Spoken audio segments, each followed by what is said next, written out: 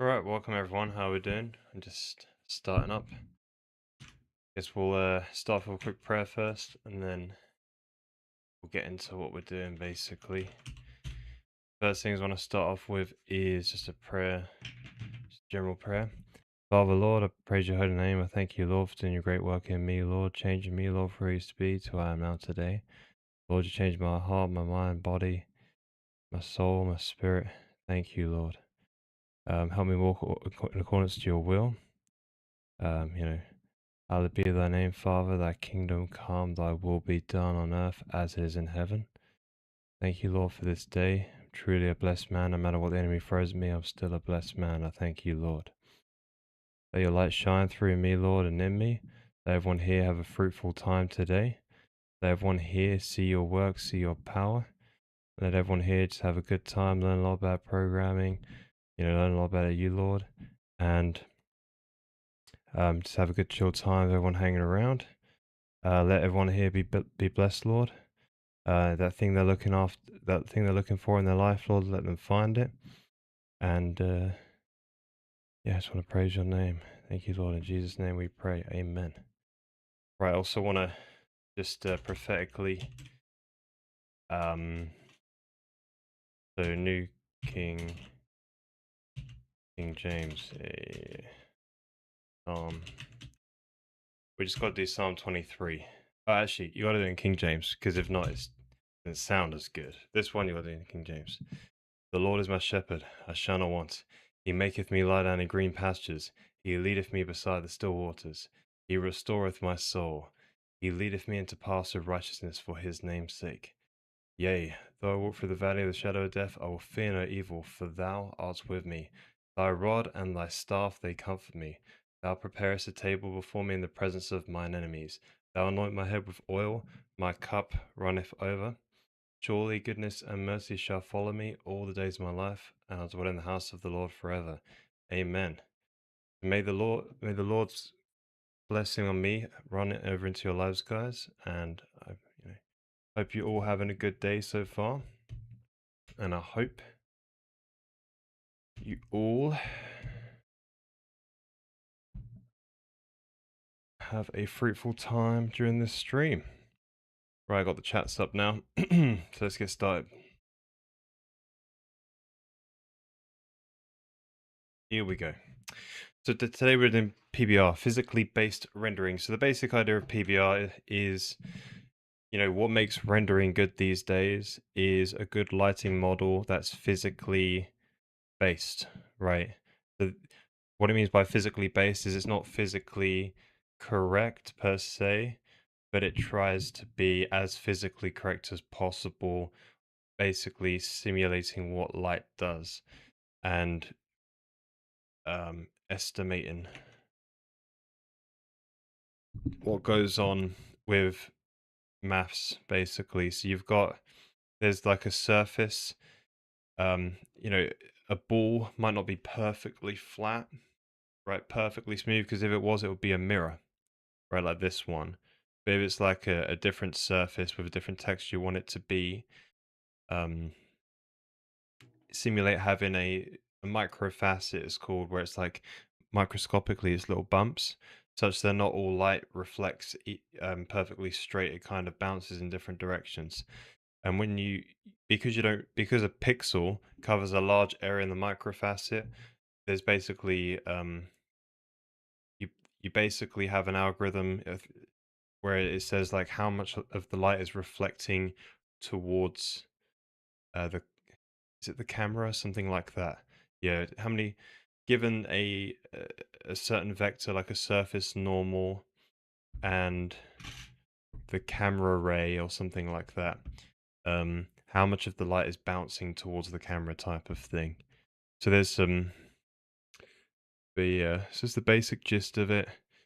There's some rules, like it's got to be energy conserving and stuff like this. There's many things to do with like metals perfectly reflect light off the surface, and you get the specular, the color of the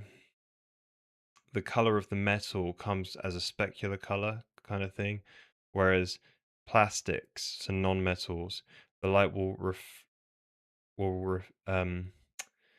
it will refract into the object itself and absorb the color that way and come out. And plastics, the specular color would be like a gray or something like this. This is basically the gist of it. You can read it up on Learn OpenGL, basically, just PBR theory and how to light it and image-based lighting.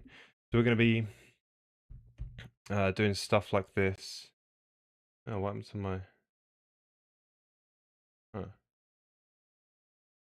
What happened to my stream on YouTube? Let's look at that one.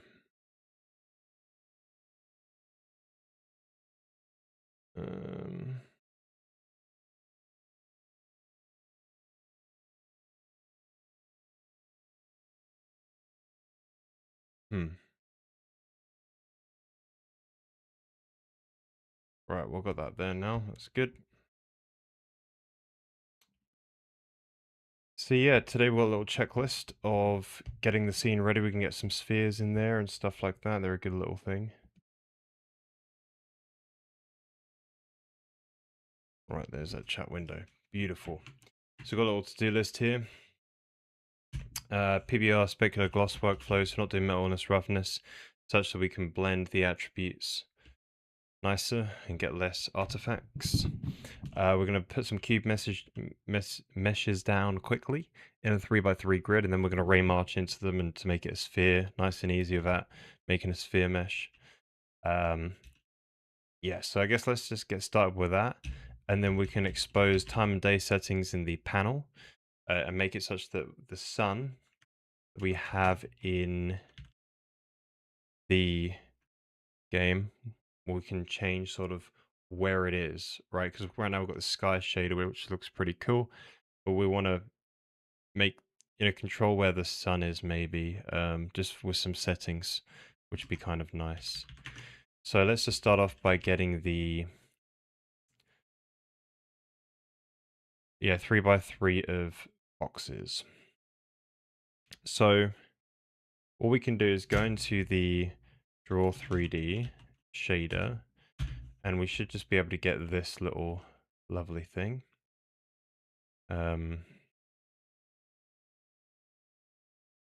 Yeah, I think this will be fine. Now we want to go to the graphics, and we want to find where we make those triangles that we did before. Yeah. This is what we use to test the emissive. Excuse me. So here we're just going to do a lovely 3x3. So we'll just call it a Y.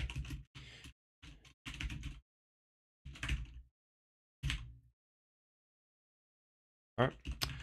And we're going to do X. Maybe we'll go from -1 to 1. Oh, we can always move it around. So this will just make a box, basically. It's all the vertices you need to make a cube. I forget how many times you need to launch it. We can find that out by going to Draw 3D. I think it's 12 times.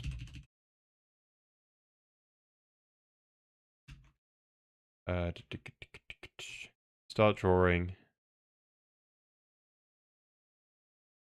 It's indirect. Right, Draw 3D setup.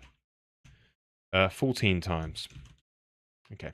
So we need to go over 14 vertices. We'll call it VI, I guess. So 14. Yep. And it says vertex index. So this will get each corner. And then we would like to simply populate these vertices. So vertices 14. So vertices. Now, did we do a transform? We didn't, did we? Okay, so we're going to have to actually multiply these into place. sorry, move them, yeah, just move them into place to start. So this is in Snorm. So we'll have to make sure we apply some kind of offset. So we'll just say like add, so I forget, so we've got, so X and Y is like this way through the camera, right? It's the other way for you guys on screen, I think. So Y is up. We need to go XZ. Hey Buffer, how's it going? Welcome, sir. Good to see you.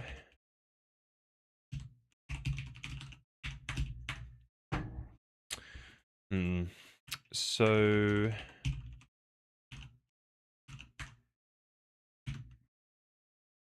oh.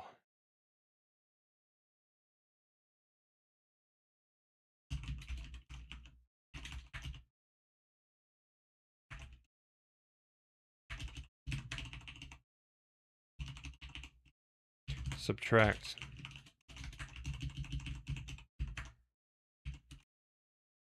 Good to see you too, man. Yeah.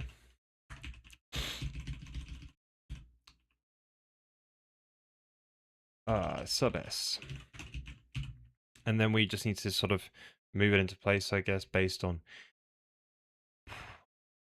So that would be Snorm plus X. I guess we should rename that to Z.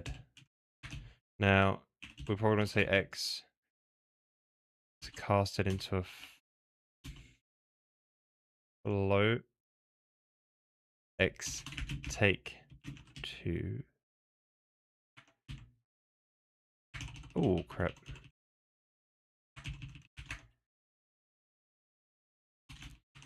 F32, Y, or Z, take 2. And then what? 0 for Y. So that should offset our box.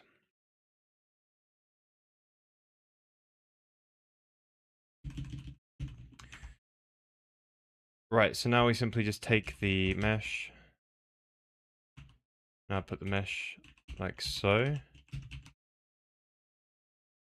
Let's see how that looks. It needs a color. I don't think we should really do color anymore.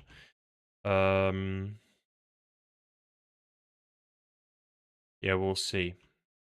That for 0 for color right now. Do black. No, let's do white. RGB.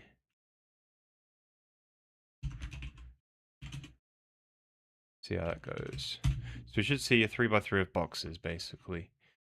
I don't know if we look. Yeah, there they are. Well, they look kind of terrible. I don't know why they're all over there. But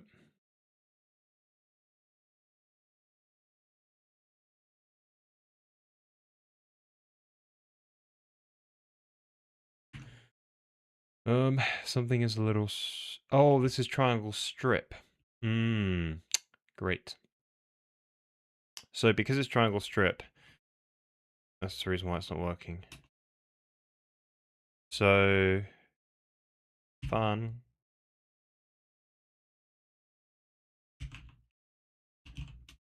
So for now, we're going to change it to triangle strip, and you know, to do restore to this after material work. Yeah, so when we work on meshes, we're going to put it back to a triangle list in the mesh shader. Okay. Visibility buffer render. Yeah, that should work. Huh. What is the matter?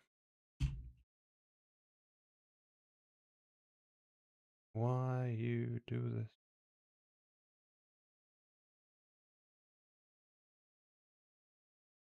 Do, do, do, do, do.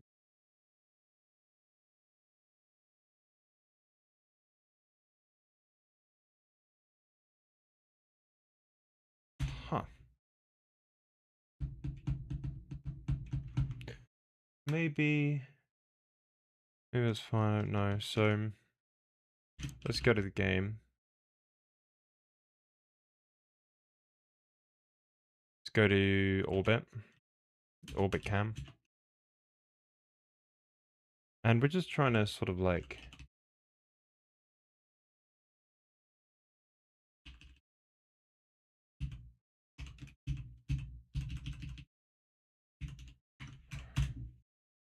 I see.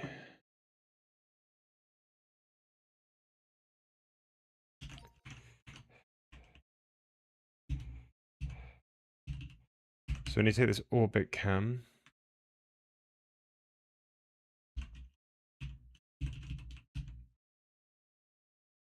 And change it. I guess we just do it here.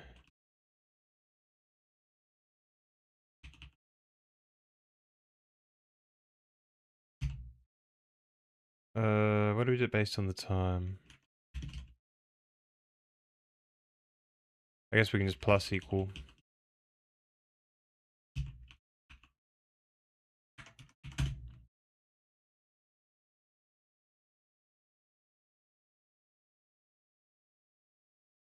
No? Oh, it's not W anymore. Ggame.world camera. Right, something's turning. Oh, there's a seam. There's a seam on my sky render. I didn't realize that. We'll fix that some other time. So we'll change the phi.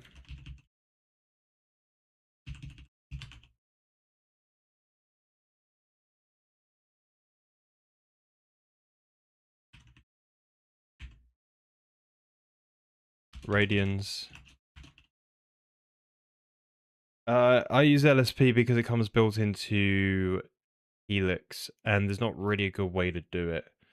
Other than that, like what C benefits from is the most stupid thing, where it's literally just like collects and catalogs a bunch of strings, right? Unique identifiers basically that it comes across, and that's the best system. When you start doing something that's a bit smart, there's always cases where it just becomes inconsistent. Like sometimes you might if-def a certain bit of code out, and then it just doesn't work anymore. And you will be expecting it to work. So having something that's consistent and reliable is better. But yeah, we just ends up using LSP, so it's okay. Yeah. Right. So now we've got a better perspective. We can see they are still terrible looking.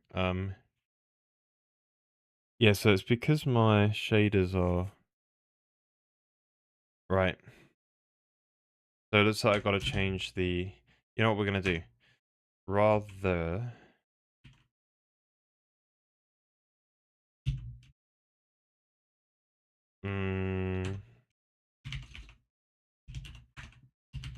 Let's go to VB render. Graphics VK. Visibility buffer render. So what do we do wrong? Vertex count 3.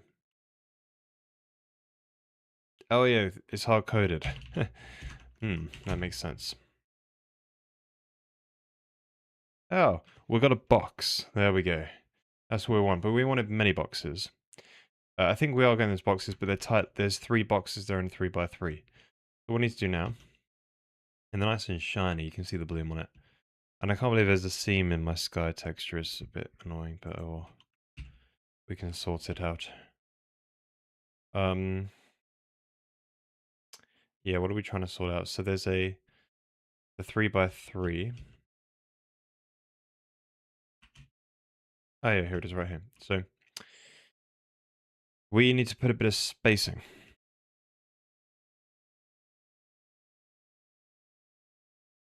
So I guess you just mulles.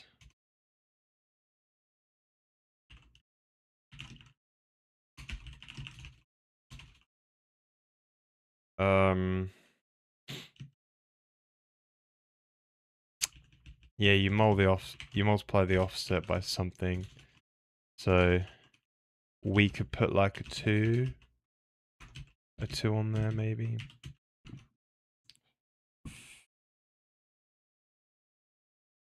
Uh,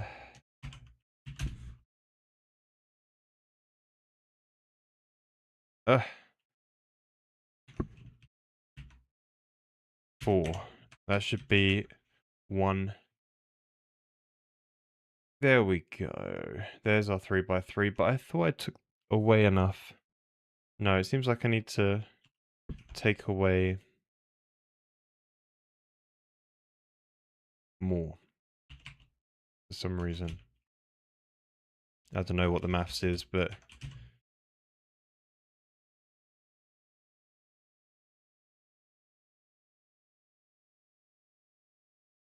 I need to take away 1, I think it was.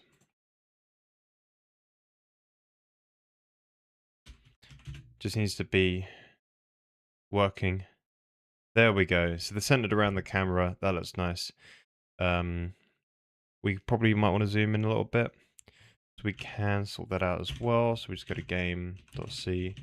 We just sort out here the, it's known as the distance. There's a 32, we stick it at 20. That might be what we need.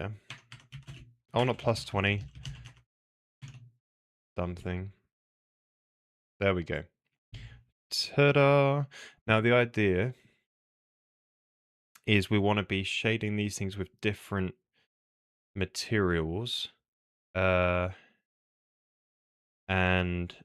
seeing how they react to the sun. Man, that seam is horrible. Yeah, so maybe we put a little bit more spacing on them, or maybe zoom in a little bit more and just, yeah, maybe make it 16. Put the height up to 30, and then something like that. Yeah, that'll do. So what I want to do is make these spheres. That's the other thing as well.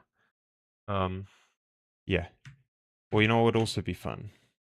We could say, so your theta, we could say sine. So we could have a little like, oh, my caps lock on. My little theta, call it t, I guess. It's t plus equal 1. This is so frame dependent, but we just don't care. Basically. Then you do a bit of sine. And then, so that'll be level. So you do want to make sure you say like multiply by 10 maybe, and then make sure you need, so that's gonna be minus 10 and 10. So we need to move it up. So it was at,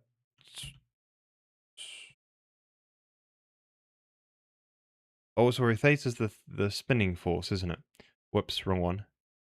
Hang on a minute. Yeah. Right. So we like the idea of 30. And if we could go 10 up, yeah, below. Yeah, so minus 10, 10.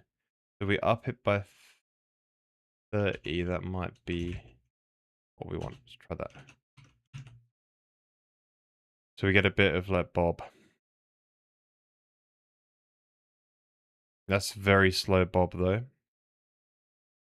Bit more of a faster bob. And probably a bit. So, and then a bit more of a, bring it down by 10. Hey, Zaka. Yeah, there's Bloom. There is, oh, it crashed. So you can slightly tell there is Bloom. I think on my screen it's, I think you could tell on stream. You can see on the, but maybe it's on my screen. Oh, it's too fast.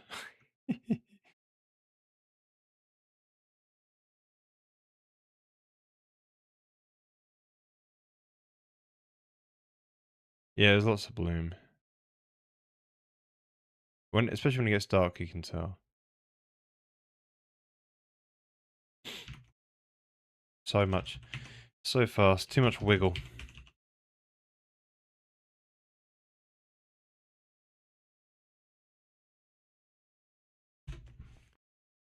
Yeah, when it's light you can't tell because there's too much light. But in the dark you can definitely tell. That's what we want, this little wiggle. Cool, now let's make him that's a bit dizzy, isn't it? Is that a bit dizzy? Are we a bit dizzy by that? Let's do 2.5. Or 3. Then maybe increase the step size a bit.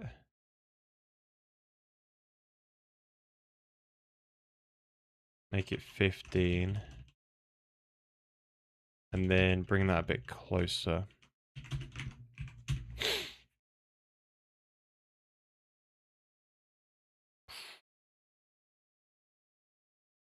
Yeah, that's what we want. So we now want to make these all spheres. Right, we could have made them sphere meshes, but that's effort. So what we want to do is just basically in the pixel shader of the mesh, we're just gonna reject the pixels which don't do pass array versus sphere check. So we'll just shoot array through through the screen basically from the camera in the world, and see if it hits the sphere, and if reject it. If not, it'd be quite easy. So if we go to visibility buffer render, here's our boy. Now basically there's some code that we already have.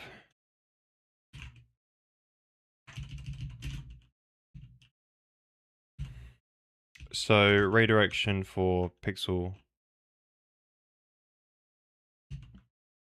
or fragment shader, pass in GL frag chord. Now this will get you your ray direction in view space. You want to transform it from view space into world space.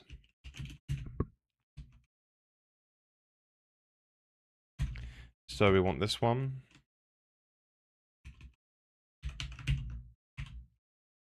Now what we want to do is array verse one of these, yeah.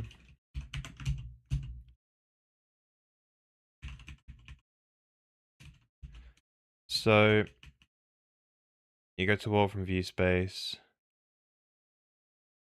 Now this is a you're in world space. We don't have the size of the mesh that we're rendering anywhere, but it is fixed size, so we could just put that in there, which is pretty cool.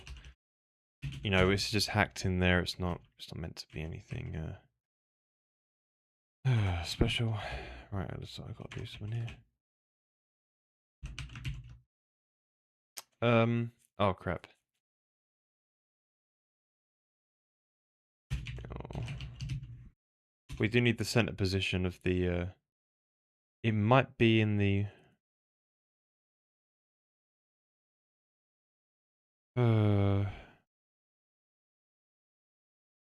so I think we could hard code all the center positions based on the instance index.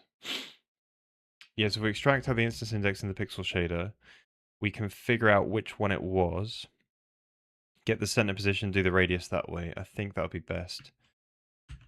Yes, it's going to be terrible code, but it's fine. So basically your input visibility buffer pixel, if you just shift it right, you can get the instance index.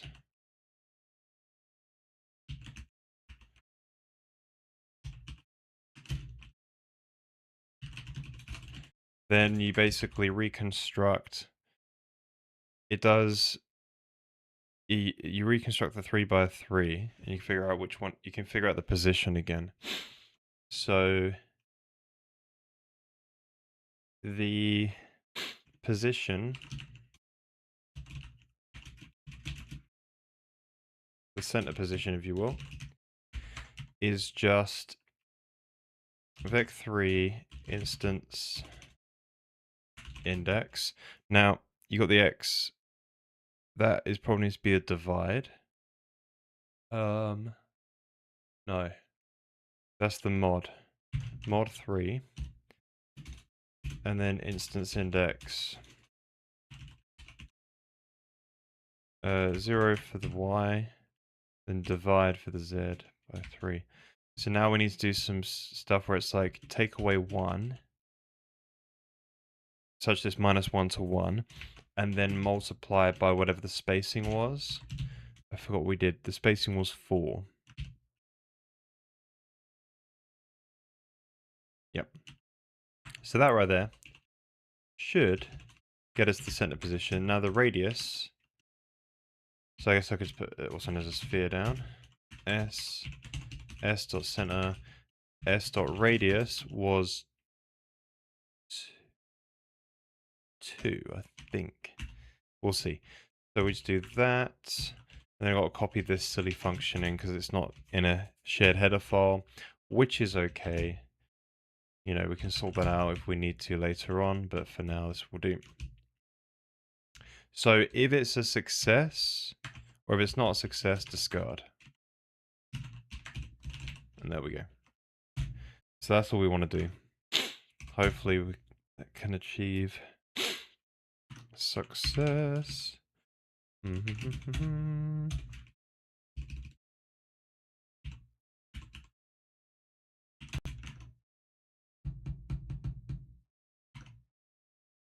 Hey. Dot .xy I think it is.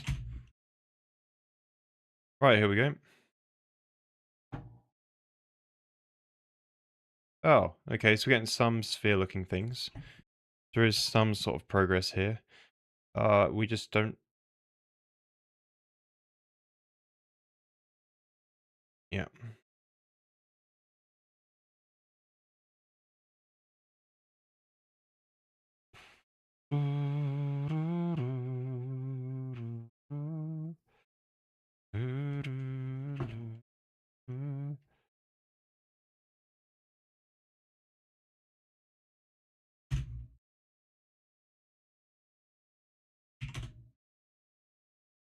I think the position might be a little bit off.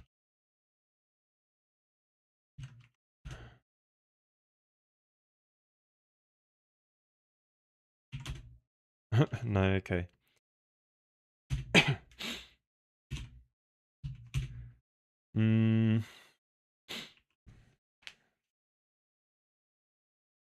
So the position we do is x, take 1, z take 1, then multiply by a 4.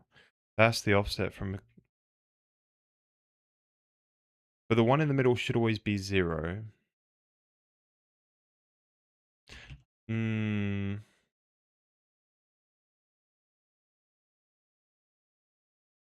Yeah, exactly. That's right. So maybe this is the wrong... This is wrong, the way we're decoding this.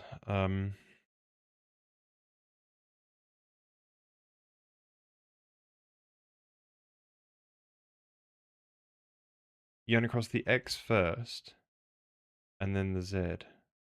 Seems sensible to me. Hey, Buffer. Alright, take care, sir. Have a good night. Bye-bye. God bless you, sir. Have a good night.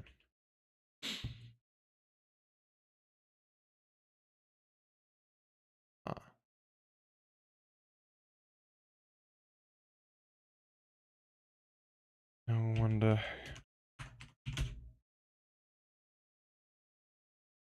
This can't be right, can it?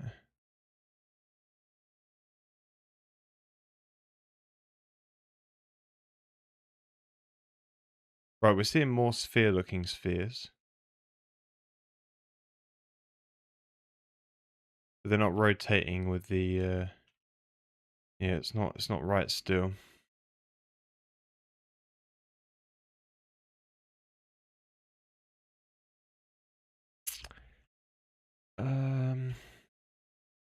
Do we need to like offset by 0.5 or something like this?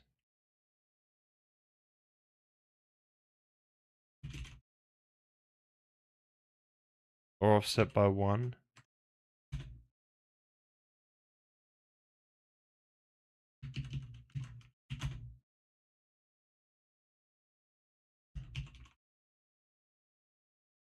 Oh, that's looking kind of better in ways.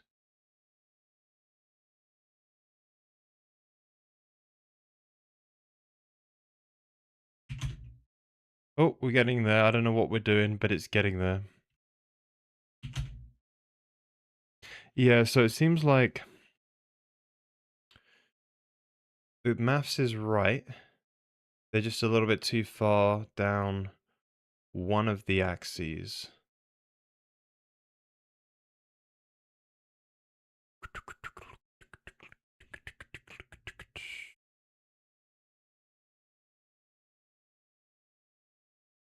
So we can print this out.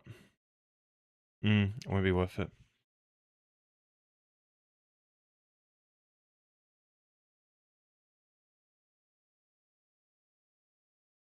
Yeah, so that's the z-axis. They're a little bit too far down.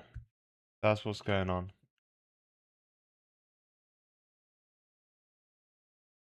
Let me look at that. So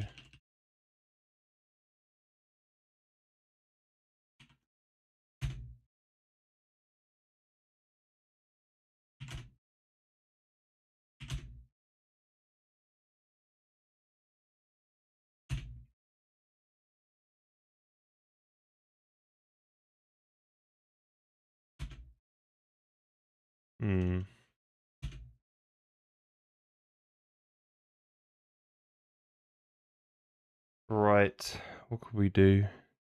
We could keep the camera still. So where the sun sets is x positive. So what we can know.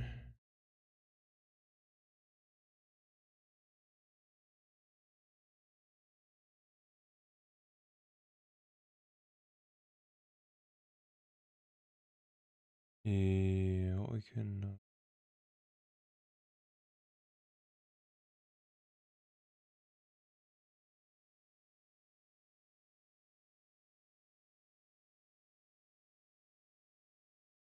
Oh, so then, yeah, you can see them. One a bit too far, so maybe we just drop that.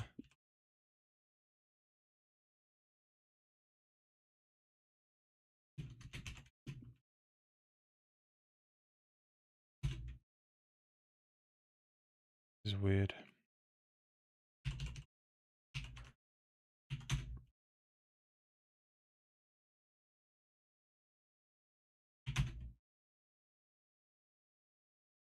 Okay, so they're sort of in a reasonable place there.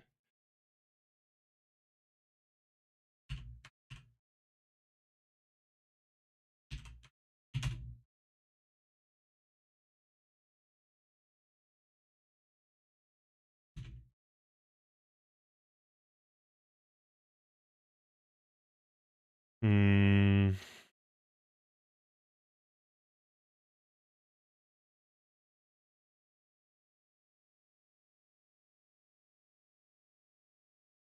Yeah, they're a bit downwards as well. That's the thing, isn't it? Yeah. So they've really got to be. Ah, but mine. It would have brought -1 on the y. That's right. Yeah, that's not good. Right, this is not good. So would have done. Yep. It would have done -1 on the y. So we have to put 1 there, such that it becomes 0. Right. There we go. Finally got the spheres now. Nice. That saved us some time at least. So now we've got 3 spheres and they're kind of glowing. Now, what's the next thing to do? So we probably want to be able to control the time of day next. So we've got a settings panel. So we would like to make a time of day. Now I don't know what is the best thing to do. We could say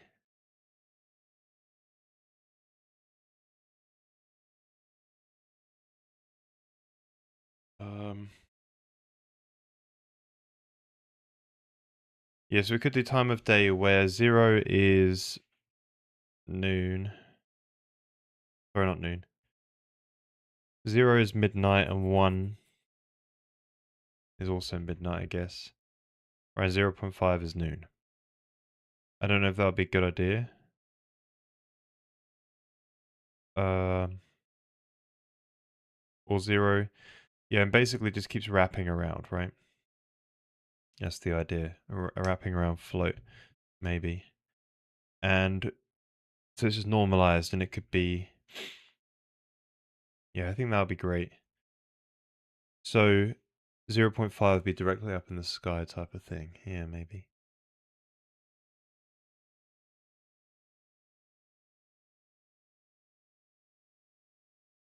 Or you could do it as a pi in radians, right? Or degrees. Time of day in degrees, since it is on the Earth, right? But then, yeah, that's the thing. Yeah, you could just express the sun direction as degrees, basically. Sun position in degrees. I guess we'll do that. So then we can control it. And I wonder what's going on with this seam. Super bizarre.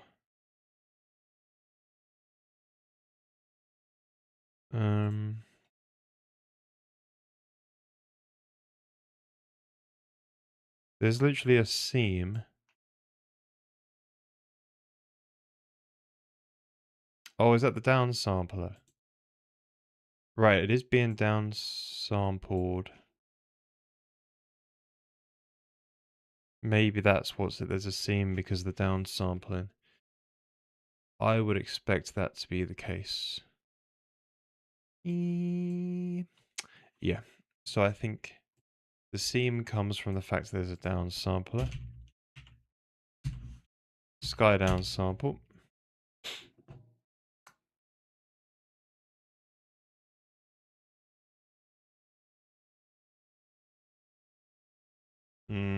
No. Nope. I don't know.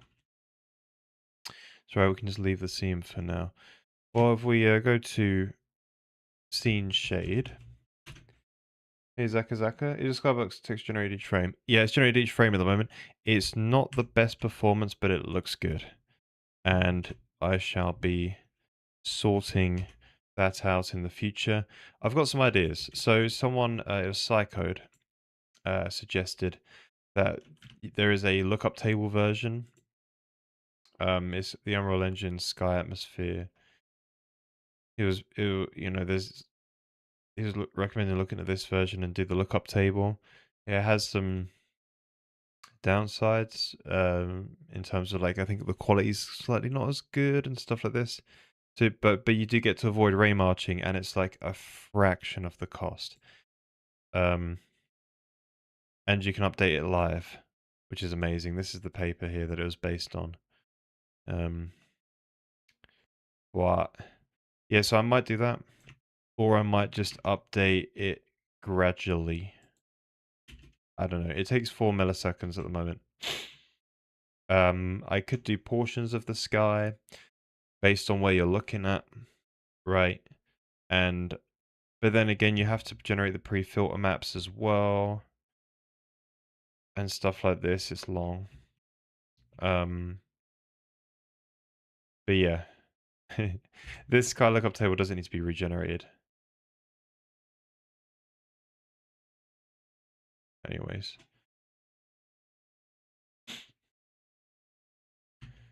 Do do do do do do. So if I get rid of this DD, if I just do LOD,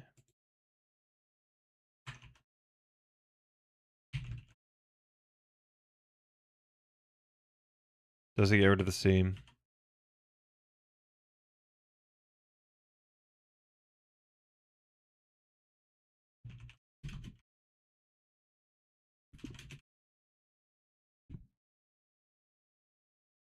Right, it seems to not be reloading. So there's that one. Right, is there any seam anymore? Yeah, there's no seam. So it seems to be to do with the down sampling. We're getting a seam, which is a bugger. So we could just repeat the last pixel, but I'm not sure what's going on. But at least that's good to know. Hmm.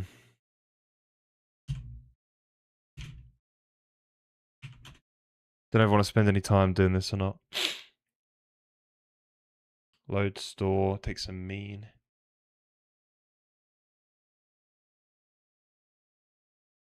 Yeah. There will be enough room to do a 4x4.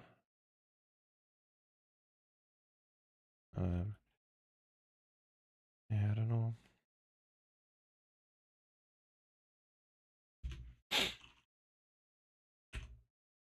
Let's go. So as we go down,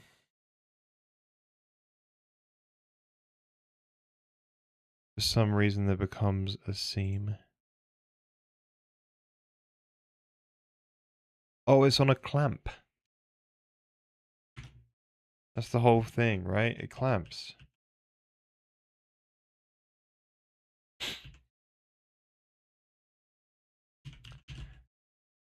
It's a clamp linear. That's why. So it should be repeat. I think that's the thing. Yeah, it's a repeat linear. That's what you want.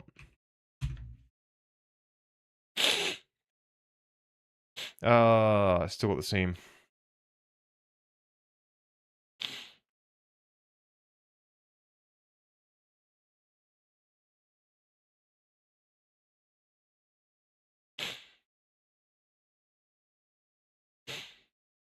Yeah, I'm not sure what that is then. Anyway.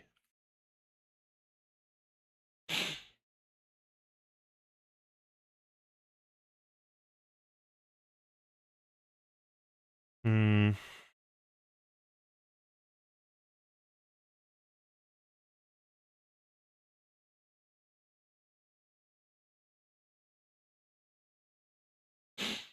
Right, maybe it's generating the wrong...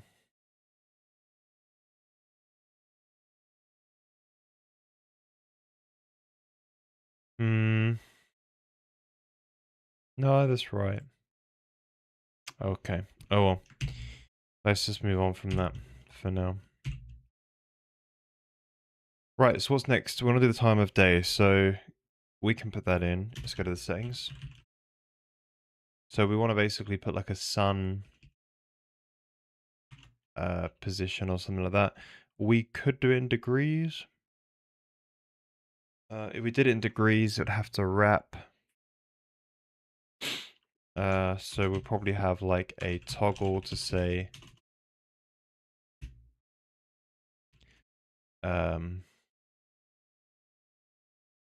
basically manual sun direction. Defaults to off, obviously. Then if we go, the manual direction is 360 degrees. Right, so manual.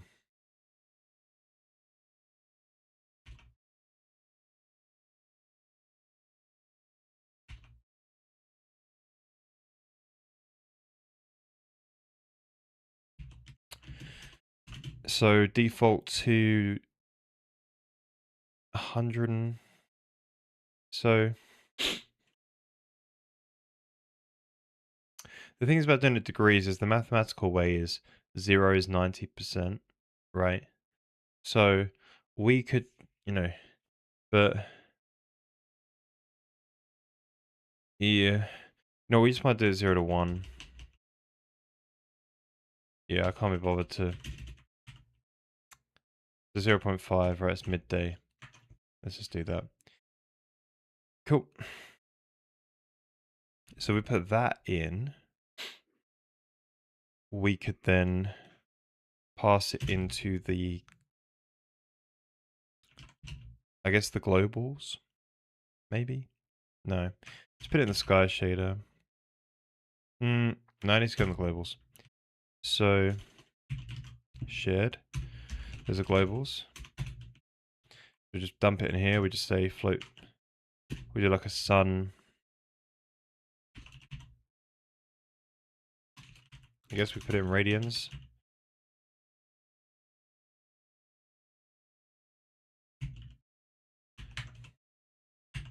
Sun direction in radians, so it's obviously... Yeah, no, let's just compute properly, right? Just put it in there. Well, it's only really going to be down the x-axis anyway, isn't it? No, it will be 2x. Yeah, so you probably just want to do it as these, do like that. Sun direction down the x. It's the x y plane, is that? Right, so z would just be 0. Something like that. Because it's going from east to west or whatever it is, right? This is an XY, and you reconstruct. Is exposure just multiply the outgoing color before tone mapping? Yeah, basically. So we've got a post.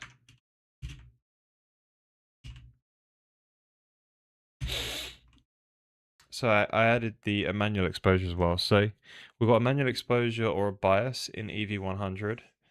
But yeah, the basic idea is you just basically multiply it.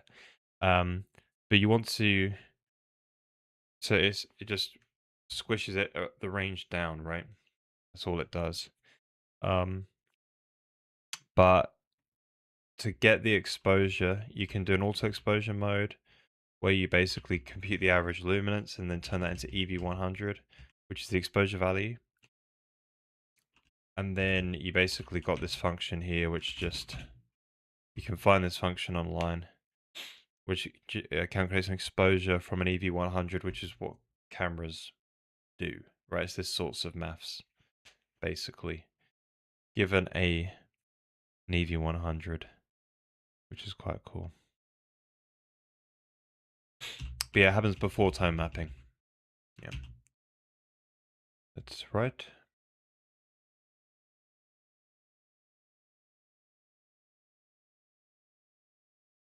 Okay.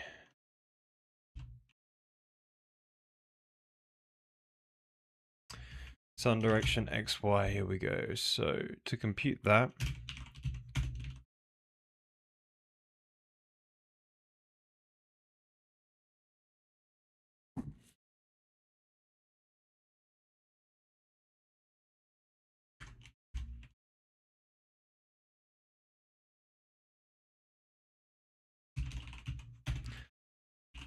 graphics globals.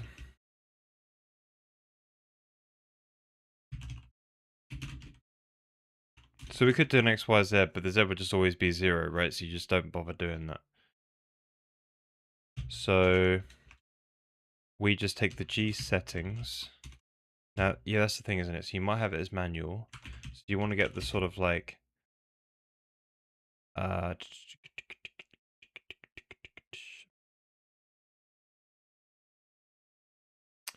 you want to get it in radians. Now by default, that is just going to be from the world.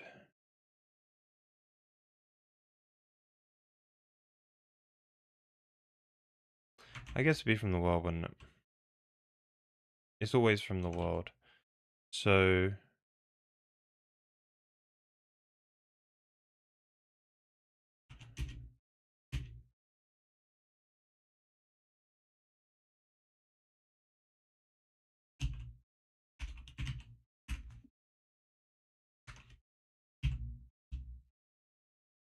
sun direction radians. So I guess this would be like U norm 0 to 1. Then so this would be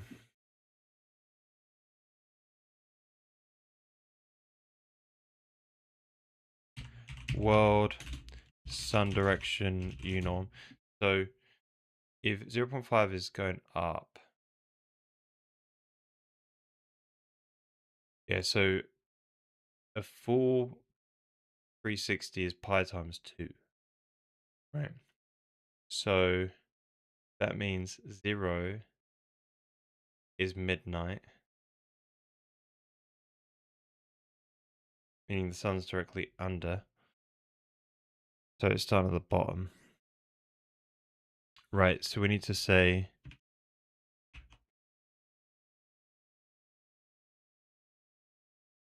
yeah, it's going to be a bit confusing because it starts on the right hand side, right? So it's a quarter pi. So you want to add a quarter pi. The pi divided by a quarter. Wait, let's get a quarter pi.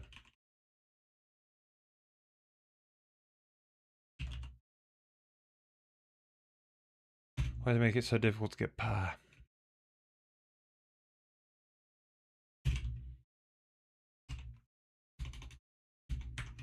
Hmm.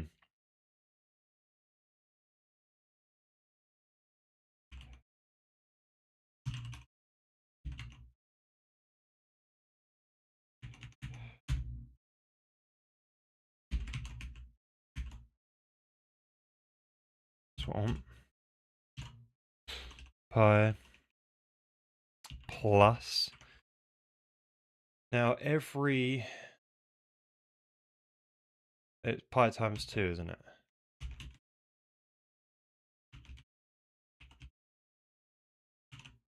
That's what we want. So sun direction radians. Now how do you turn that into an angle basically? I forget how you do this. So we want to go from a radians to a vector. I think it's a tan 2. Oh no, of course it's cosine of sun, isn't it? Yeah, of course. So yeah, lovely, lovely, lovely. So cosine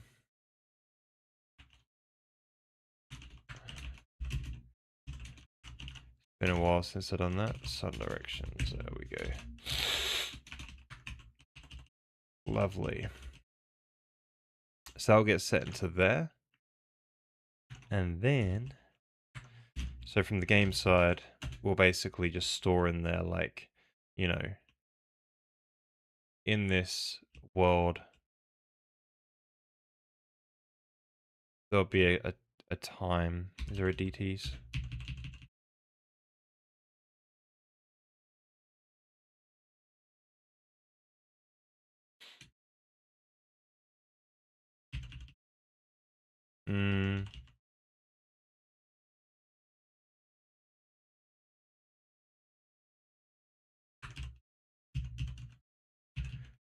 Alright, we haven't got any delta time here, which is sad.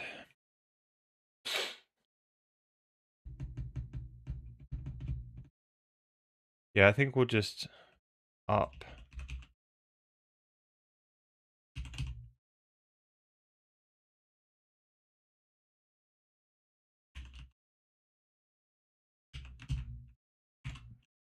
It by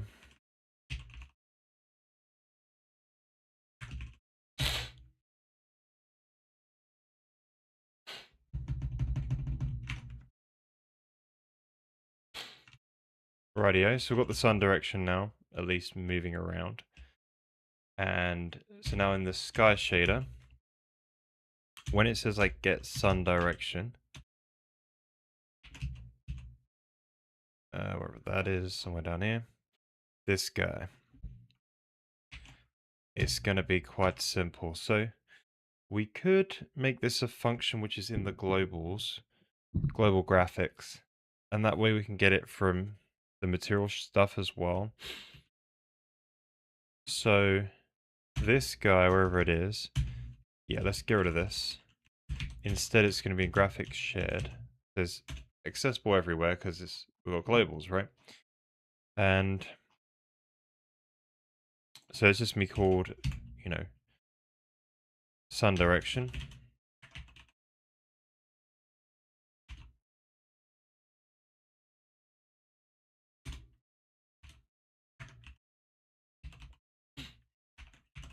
Sun direction get, I guess, right? So we pass in nothing, and it's simply just going to if def GSL.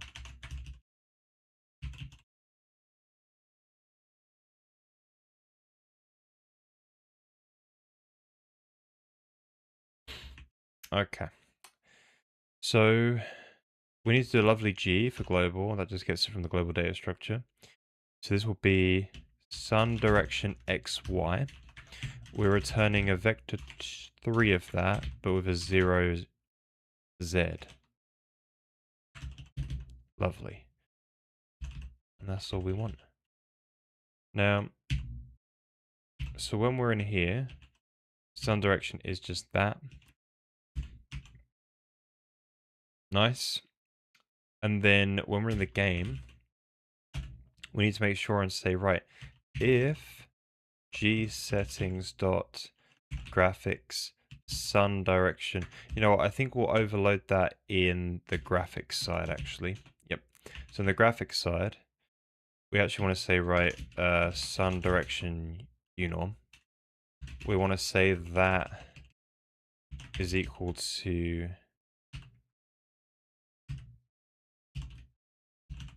sun direction unorm. We want to say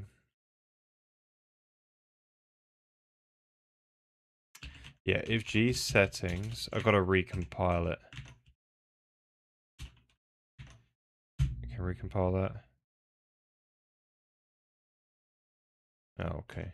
I want it to work. Right, so if G settings dot graphics dot manual sun direction mode, then we would obviously like to use G settings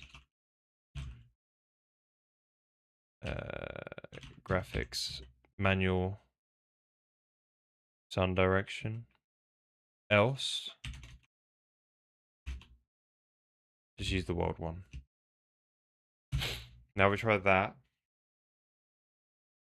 This will be super handy. So it should be moving through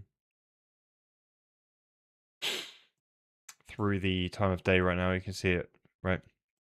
But we press F1, what this guy. So what we can do is go down to here, this manual sun exposure mode, turn it on, and now it should be fixed. So we can drag this, and nothing changes. No. Sad. Oh. Stuff failed to compile, but it still worked. That's strange. Oh, we did it in GPU, damn it. Ugh. Hang on a minute. Here we go.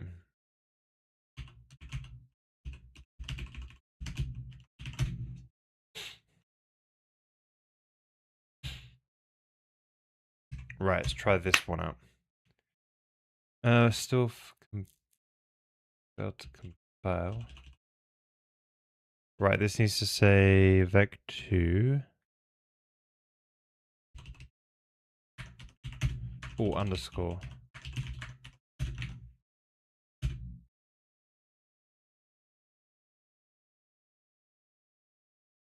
Right, so clearly it's going super fast.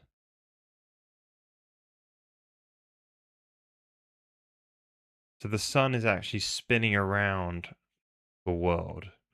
Right, we've got the wrong axes for some reason. Why is that doing that?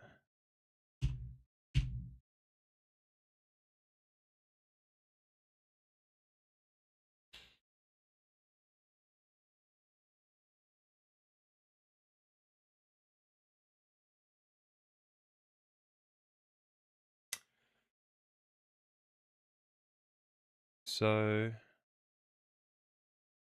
I think it's going around the Yeah, let's keep the world still for a minute.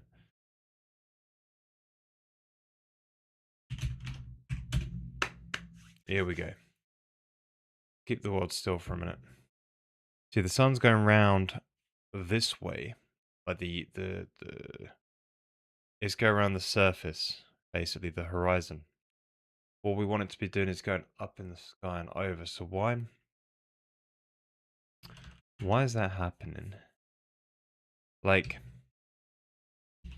so we're just encoding the XY because that's all we need into the global buffer, and we're doing this radians thing, sine and cosine.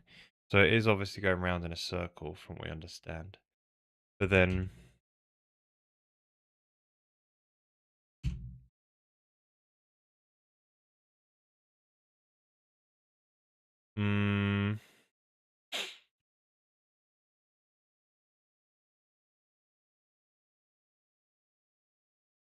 has this got the XZ the wrong way round?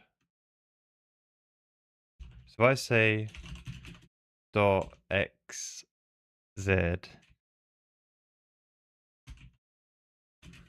okay, equals sun direction, let's swizzle it, dot XZY. Right, just swap the Z and the Y around. Does that fix it?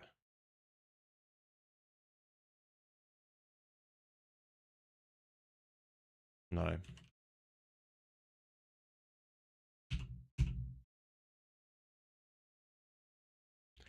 Oh, so that's the other problem as well. Is we're actually doing it in, we did it in oh, we did it in radians. So,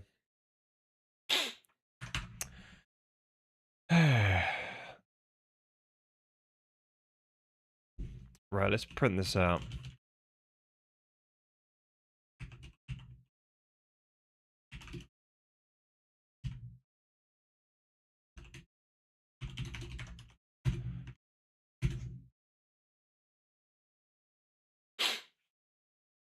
Right, so it's going up and up and up.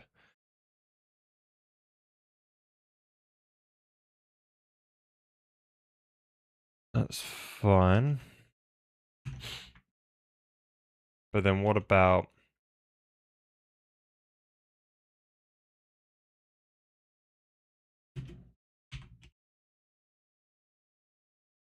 Did he get my sine and cosine the wrong way around?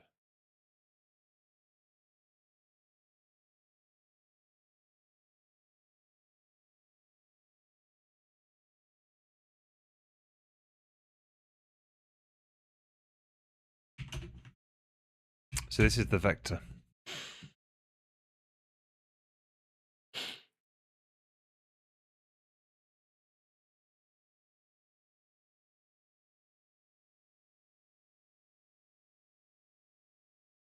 Looks pretty sensible to me, you know.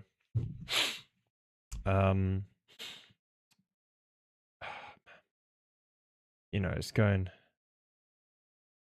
the minus ones and ones.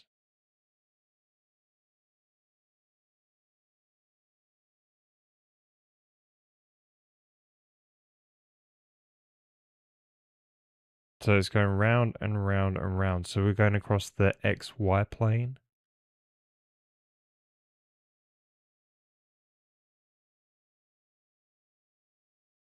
No, XZ plane, because Y is up. Yeah, Y is up, so you're going around the XZ plane. That's what it's spinning around. So the thing is, I'm doing it in the sky shader. Is the sky shader got a different coordinate system? That's what I was thinking. So I swaps the XZ around. So this all seems fine. I guess it's going to do the sky shader. It's just a bit bizarre. Sky shade.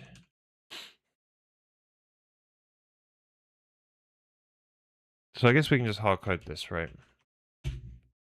Let's just start there. Right, what is...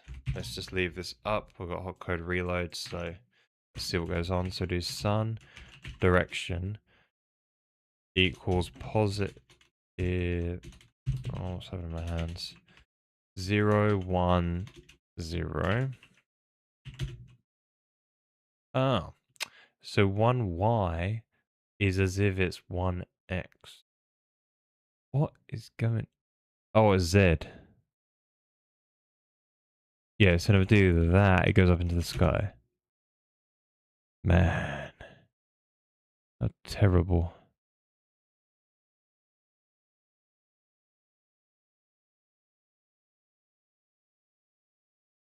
Is that because of the...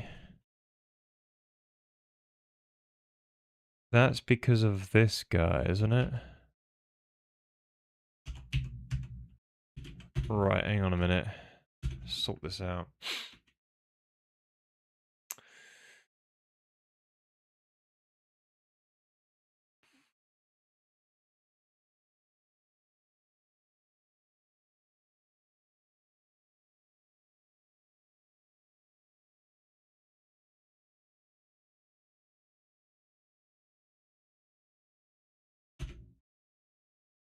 Hmm. Yeah, way up. That's fine.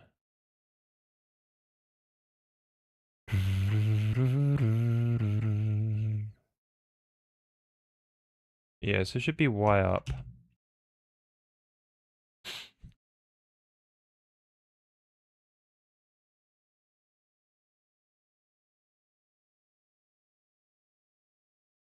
But why then is a Z up?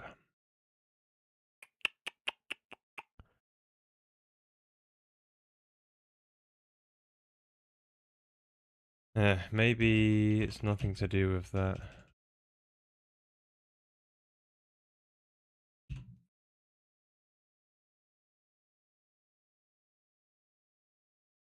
No, it must be because both the... Yeah, you know what it is. It's the... This function isn't Y up. Line.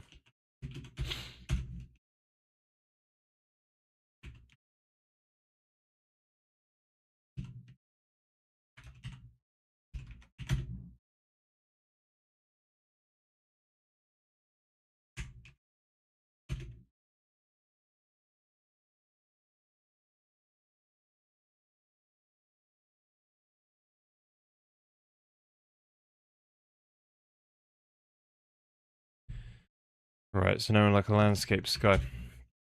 So that should be... Yeah, so... The other way around.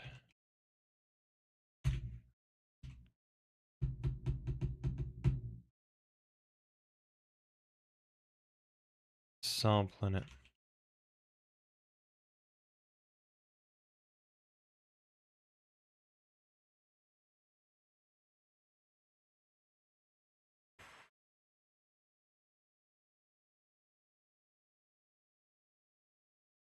No.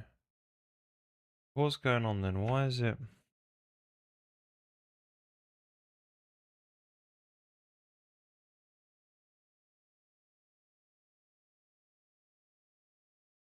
Why is Z for the sun direction going up then?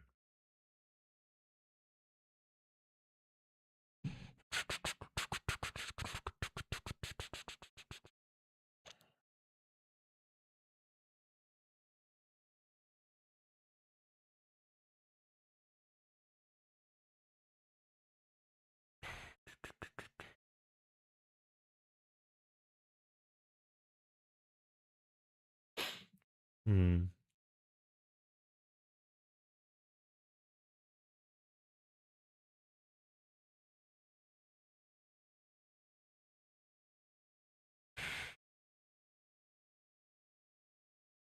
So we swizzled them the ray direction. It caused it to obviously rotate the image in a way.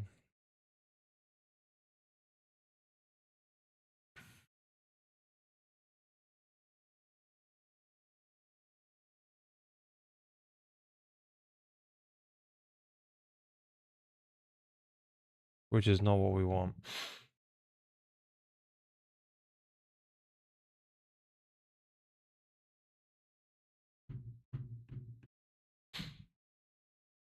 I wonder. Hmm.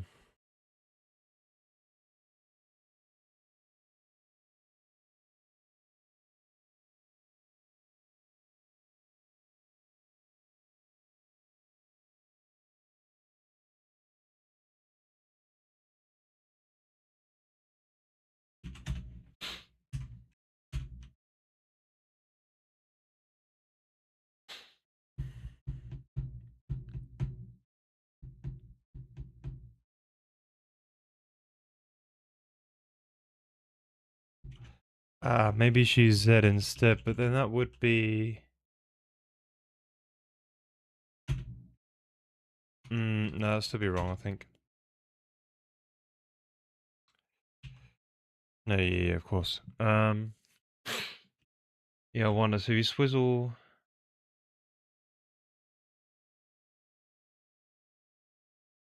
No. Okay.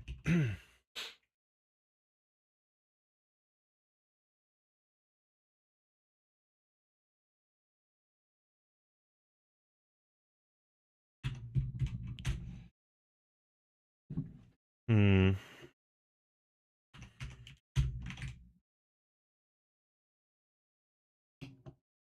Where's the sun? Yeah, sun's pointing directly up. So why would a Z1 be going directly up on both of these? So sun would just as a dot product with the ray direction. That means the ray direction must be pointing. Z must be up. But then when you change the mapping function of the UV, it will no longer be outputting this.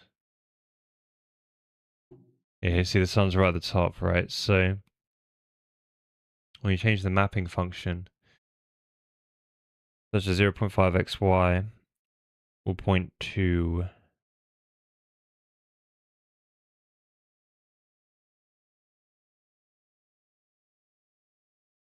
mm,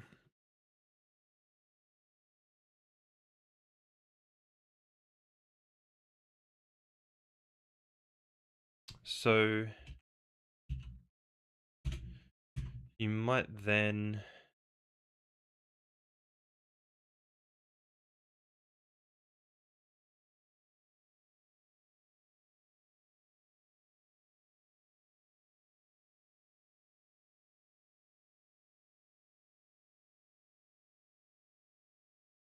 so you change the x and y in the vector. That's going to cause it to sort of rotate.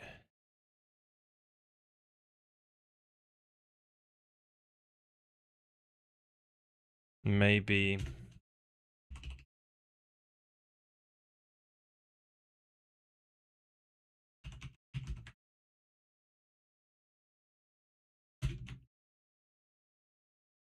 that's incredibly wrong. Of course it is. But yeah, so x, y.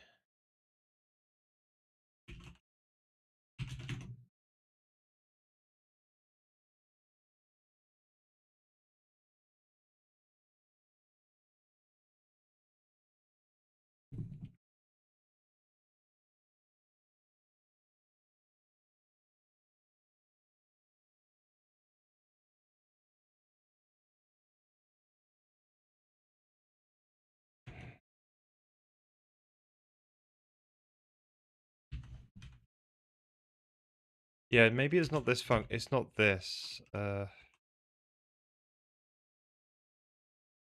it kind of is that mixed with this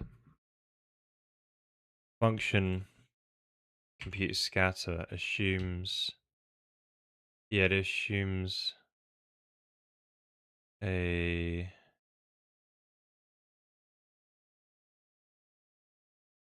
Z is up. Yeah, I think this assumes Z is up. Where would it do that though? This thing. No.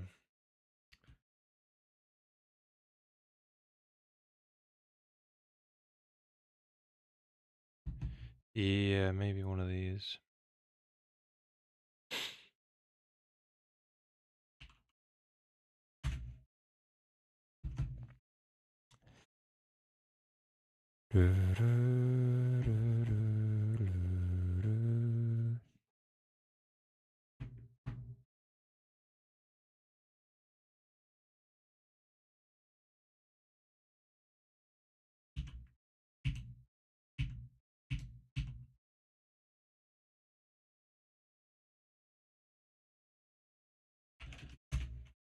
Where would that be?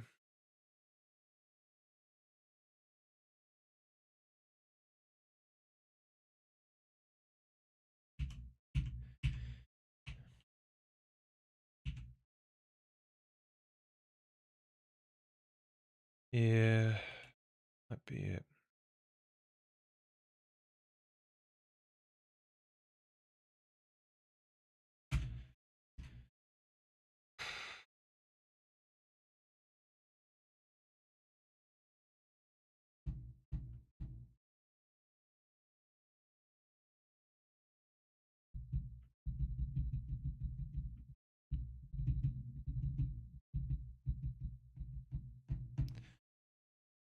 Analyze altitude, what's that?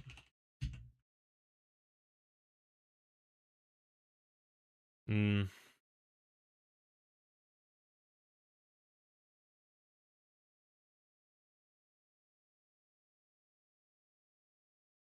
Yeah, I can't find where it defines the up.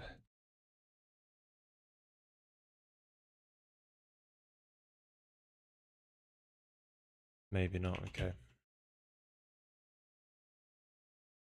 Maybe it's here somewhere.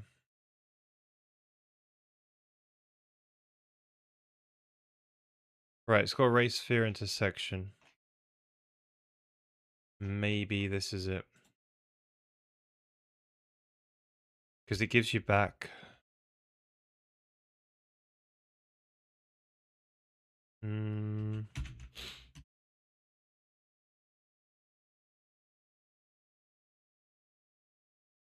No, ray sphere intersection is independent of space. Yeah, okay, I think we'll just skip this problem for now. We'll just live with what it is. For some reason, we have to swizzle it, basically, right? So, sun direction. So, dot x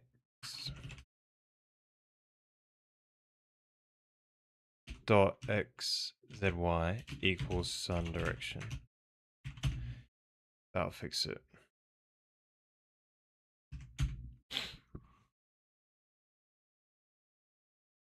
Well, so we think.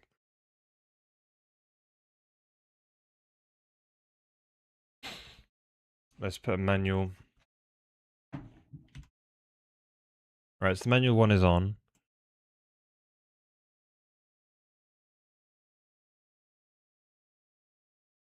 So for some reason 0 seems to be all the way on. We can actually get the sky image up, see it happening. So 0 seems to be up in the sky. 0.5 seems to be at the bottom.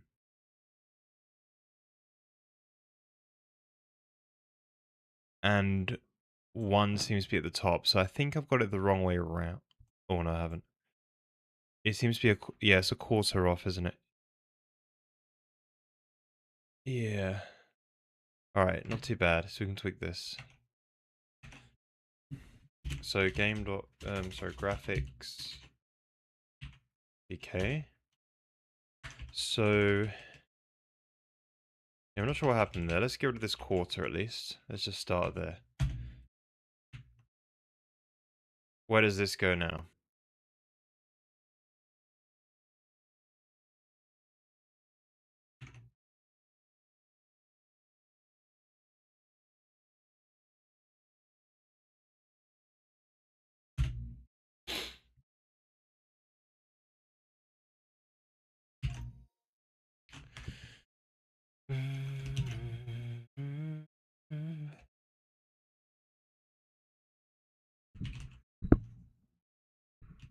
Sun.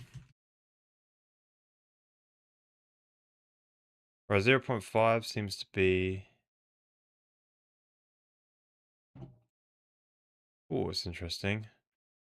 Seems to be basically here, but it's not where we want it. It kind of is.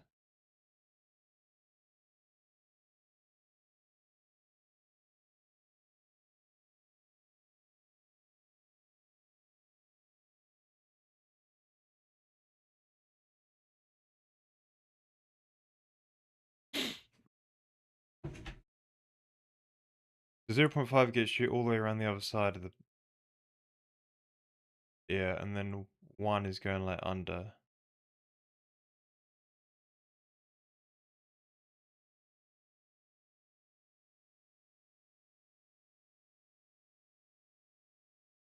Hmm.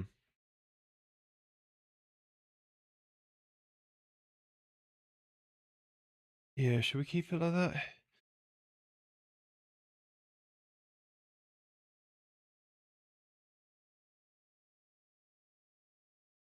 So 0 is morning, basically.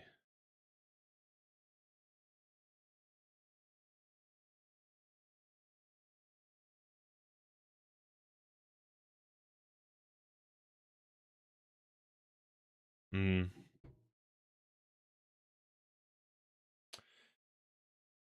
Yeah. Yeah, 0 is morning. I guess we'll just leave it like that for now. At least it's configurable. That's cool. Lovely. Right, I'm just going to take a quick break. And then when we come back, we can look at... What's the to-do list? Material plan. So we've got these two done now. The meshes are already being spheres. And we expose the time of day. What we can do next is work on the hog. We can actually start doing the PBR now. Amazing. Cool, I'll be right back. Guess I'll just mute.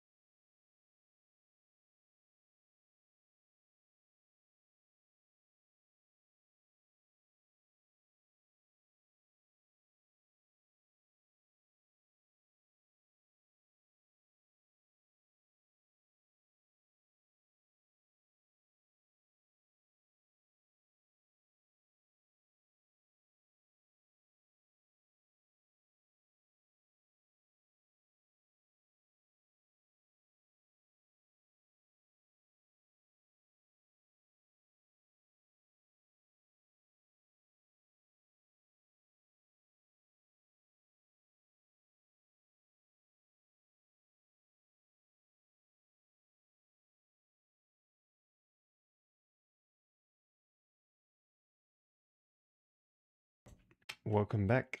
How you doing? Okay, so what we're looking at here. Let's try and...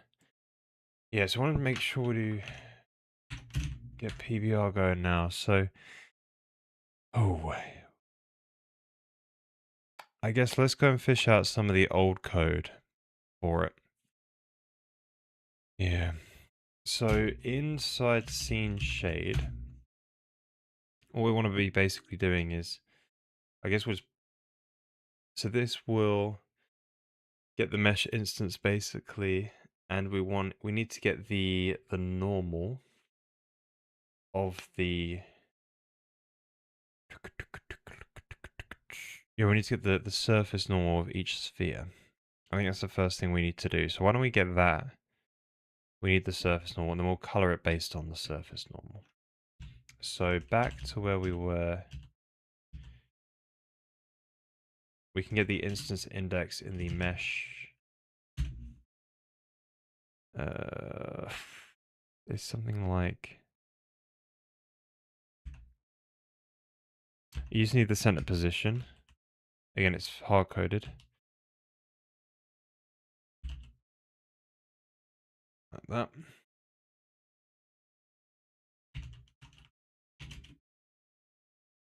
So center position.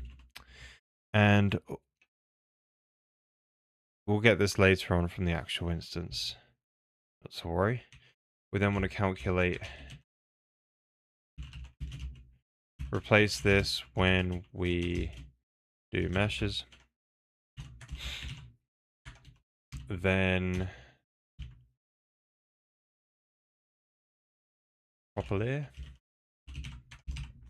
Then we want to get the actual normal in while space. So to do that, this will simply just be center position.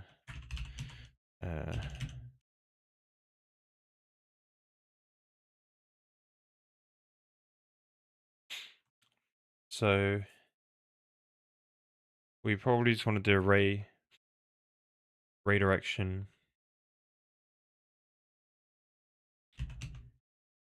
So I guess we'll do this quickly. Again, we probably always need the ray direction. I don't know about...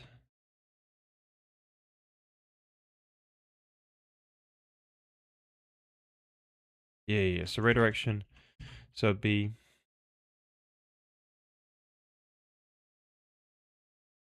The normal would be...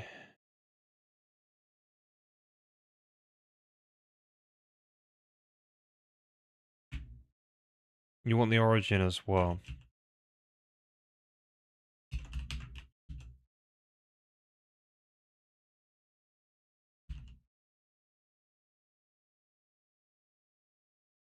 Yeah, so it'd be something like normalize, going towards the camera, take away from the center position, and then we can take that and color it. So we do normal world space times 2, take 1. That will bring it into a, oh sorry, times 0.5 plus 0.5, that brings it to signed norm. And then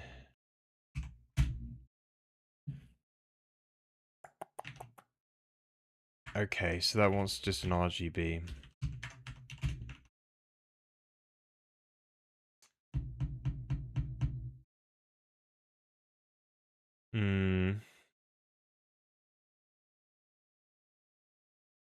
I don't know why it's not doing...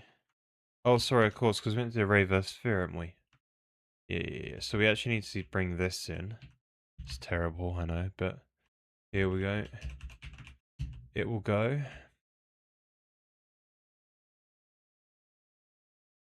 Remove once the meshes are in properly. And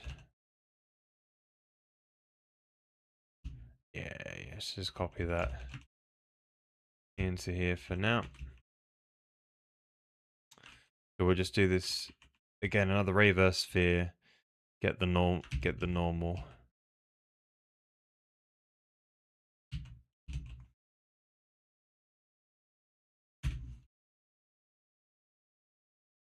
Yeah, I guess we'll just do this.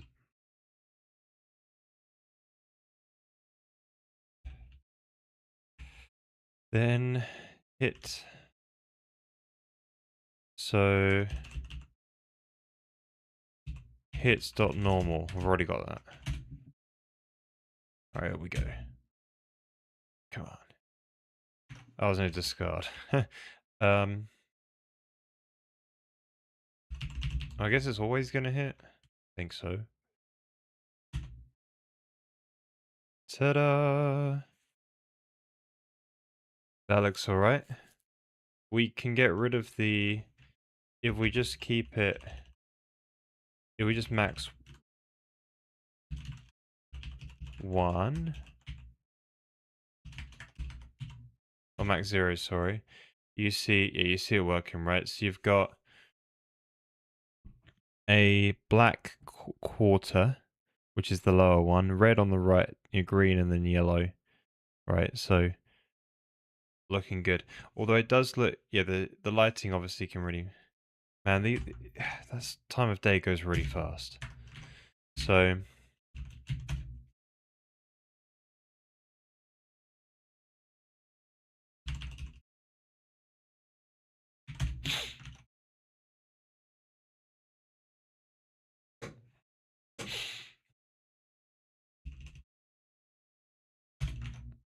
that time of day goes fast. There we go. So it's slower now. Cool. Much better. So now we've got a normal.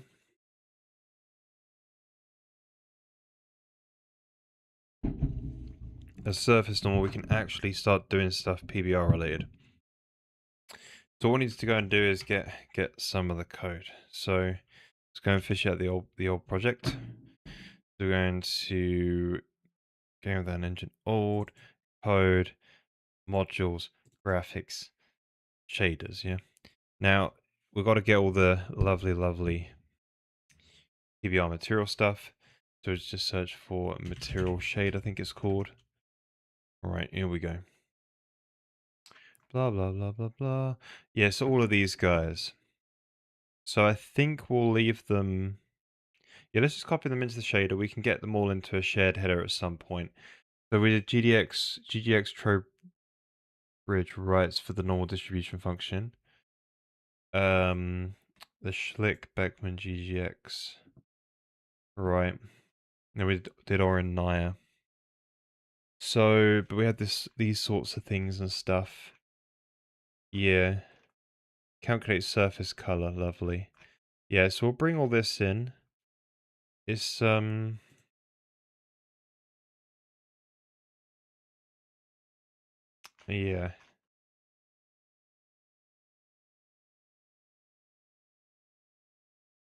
We'll get it in. We probably want it in a material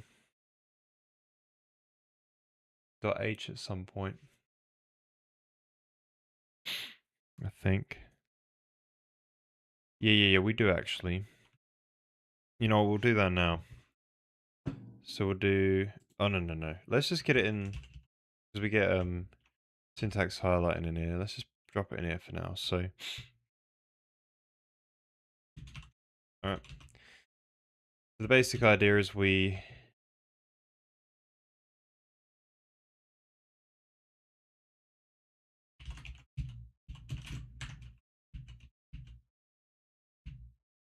Boom.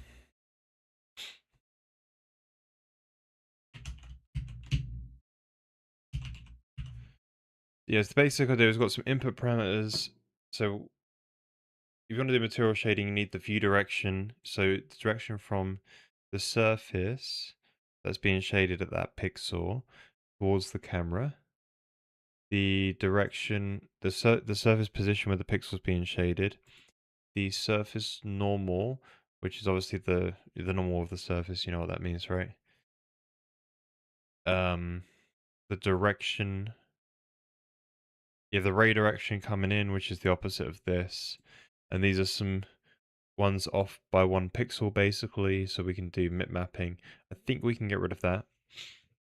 No, it might be useful to get the DDX DDY.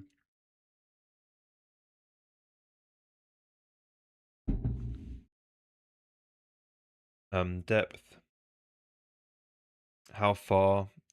in along the ray direction, world from local, and the pixel space coordinate. And these are just some extra things to get passed around, as when we do shading. Lighting, again, just a bit, yeah, needs completing. So let's just go ahead and these are all sort of the PBR functions that I've picked. We could probably do some other ones. Yeah, we're gonna have to sort out we're not doing metalness roughness, we're changing that out as well. Alright,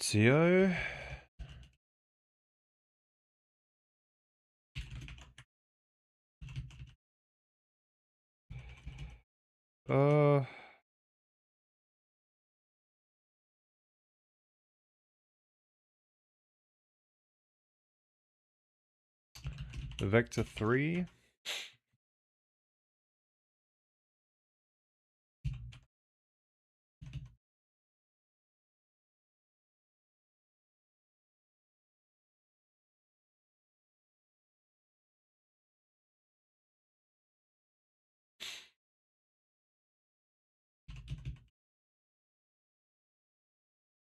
Okay, it's all looking nice. Cook torrents.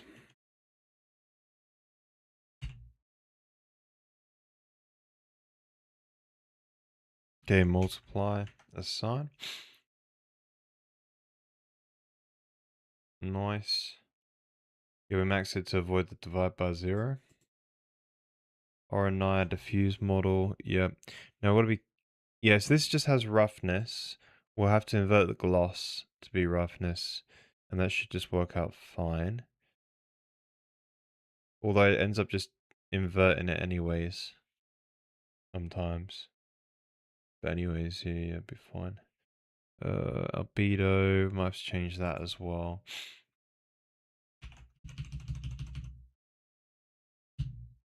Boom.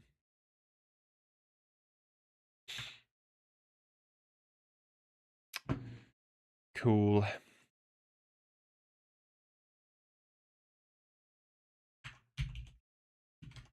Divided by that.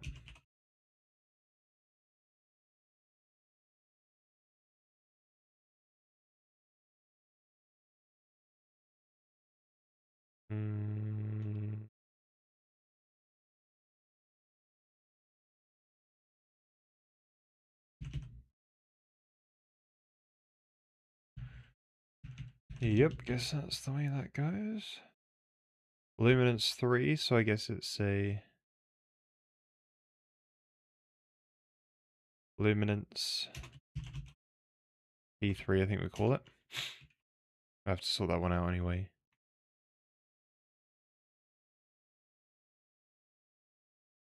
Ah, cool. Lovely.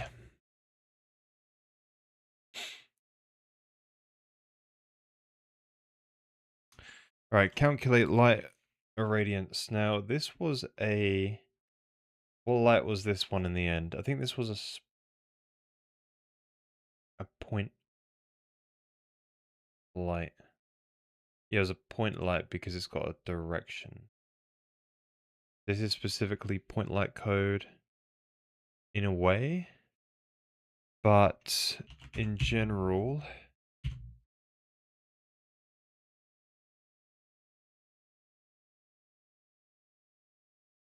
Yeah, so, but this code down here is common light code kind of thing, I think. We'll keep... Yeah. Okay. It's also taking in this sort of like sampled material. Now, sampled material... Okay. So we want to make a new structure called like PBR material. Let's get rid of this type def stuff. That ain't the way to go.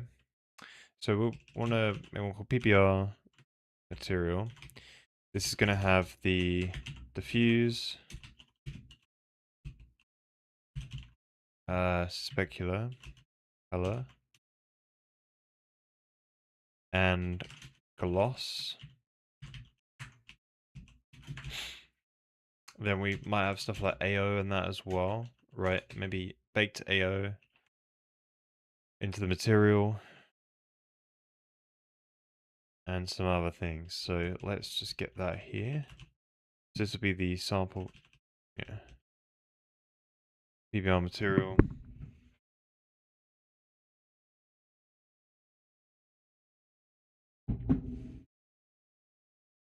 Oh, we'll just call it sample material. Yeah, it's nicer, isn't it? So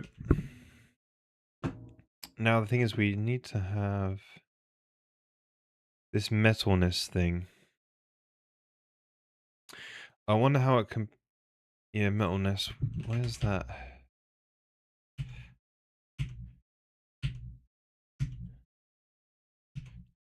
Yeah. So how do we turn metalness?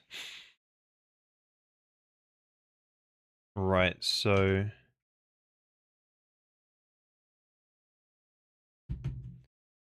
theory.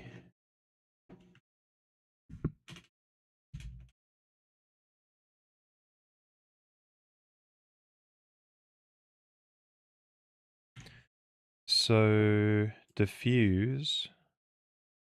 K specular, I imagine that is. So the RDF.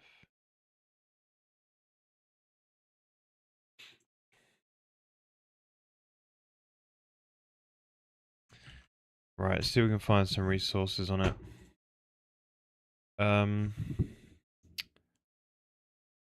In GLSL, how does metalness, or what's it called? It's called albedo.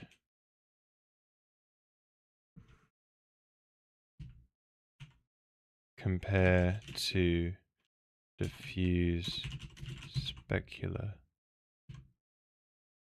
when lighting in PBR. So you've already got these diffuse and speculars here. I guess, do you not do the Orania and that stuff anymore? But that's, yeah, it's interesting. Do you just not do that anymore? So the diffuse color is albedo multiplied.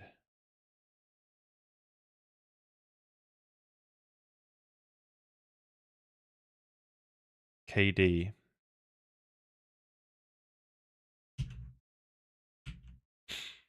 is albedo. Albedo's here.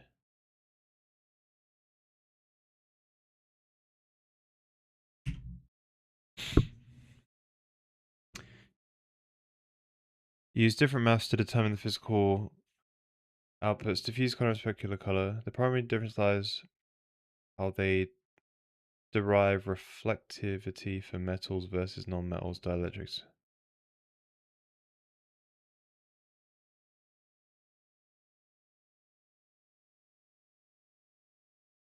Specular color F0. I remember there being an F0 somewhere. Here it is. This boy.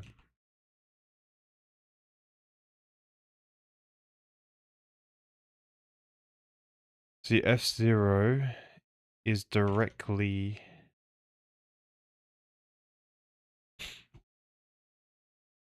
calculate surface color. Right, so that would be right, so the F0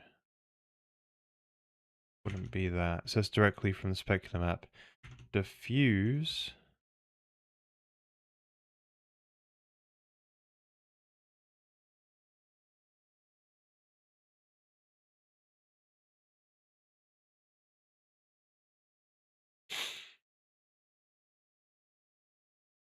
Aha, okay, so it's part, okay, that's fine.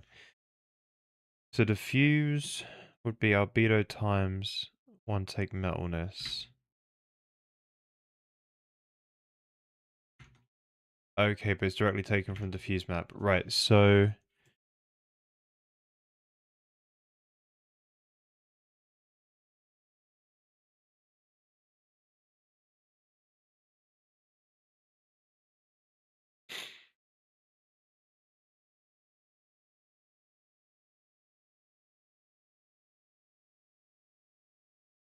Hmm.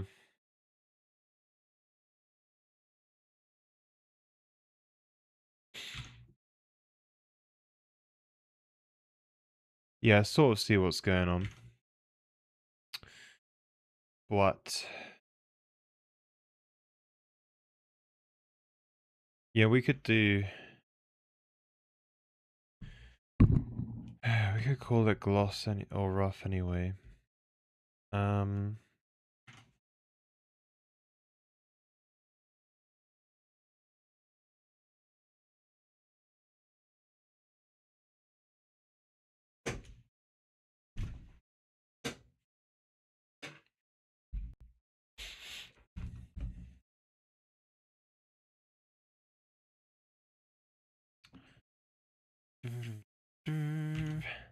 Yeah, so I've got some ideas. Right, so let's go from this end of it.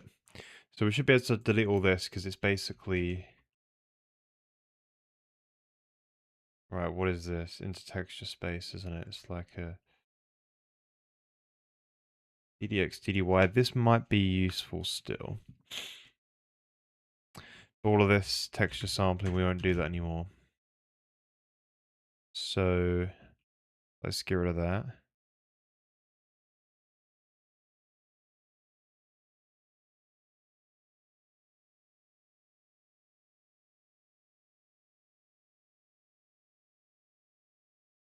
Right, this.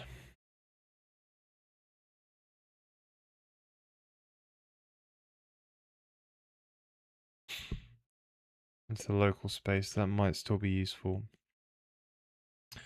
Right, so material.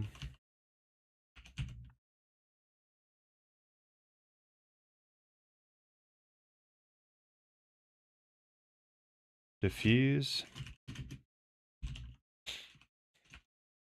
So I guess we could probably just have a couple of these, right? We have like a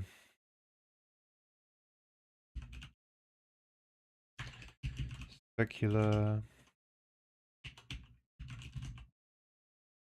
then gloss,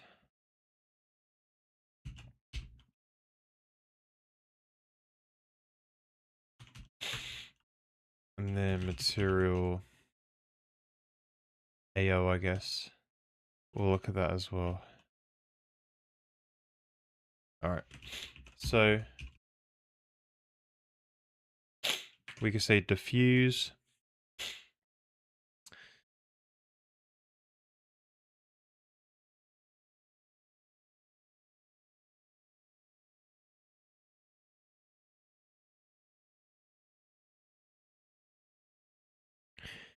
Yeah, so I think we probably just want to have one.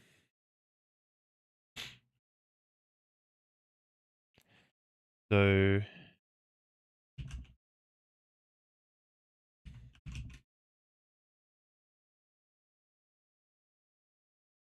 is there like a material gallery somewhere? I remember there being a website for that. Or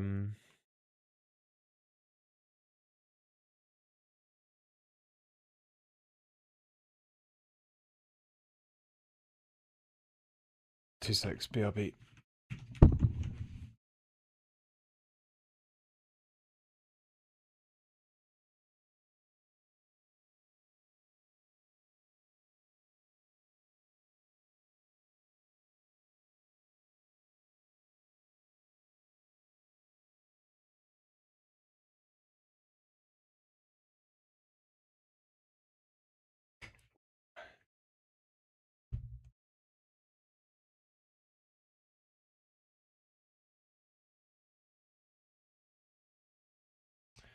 I remember there being a website where you could basically look at a bunch of different material values for different real world materials in metallic and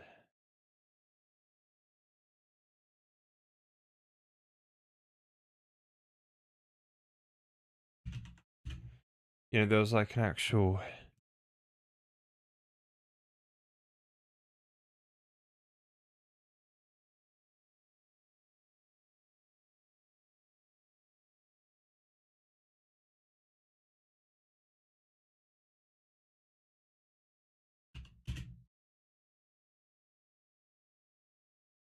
something like that. Physically based. Is this it? Yeah, I think this is it.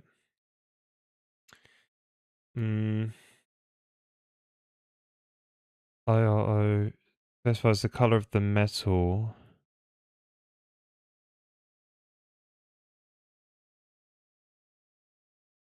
Yeah, this is what we want, basically, right? This guy. So it does like your base color, so that's your F0. Hang on a minute. Didn't it say F0 was specular?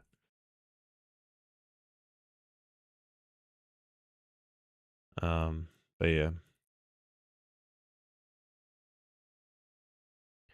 This is our boy.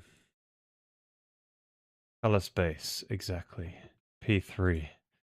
You gotta get it in P3. Oh.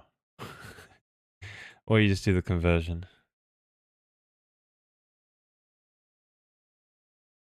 Linear.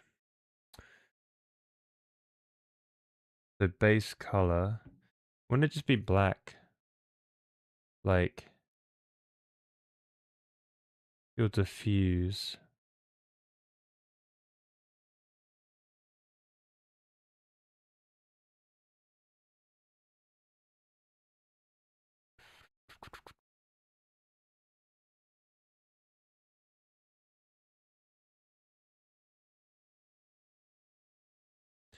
Banana. So it has no Hmm.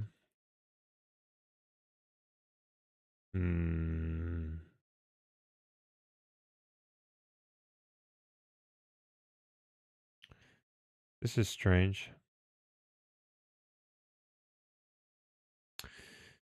You see, base color is albedo.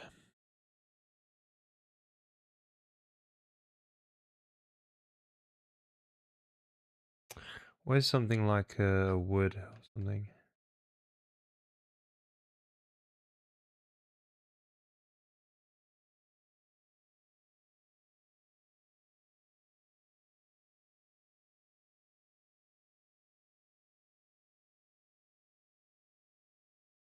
Yeah, I guess.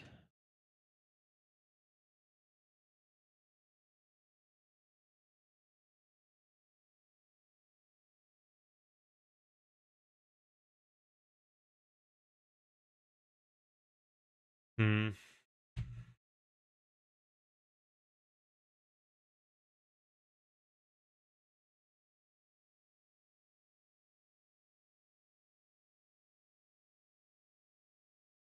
What does that even mean? So base color F0. What does that even mean? I thought F0 was the specular. Refers to diffuse color of dielectric non-metals or reflectance value of metals, which is specular, while F0 is Fresnel. Yeah. So it represents the base color, base surface reflectivity.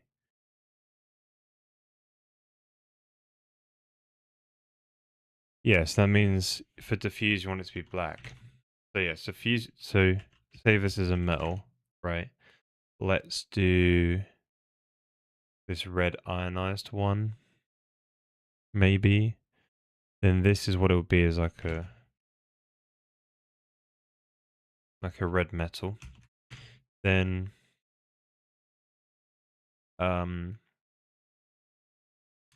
glass. Yeah, so then this is your metal, then this is like your do a banana color, I don't know. It's a grass color maybe. So this should be in your diffuse.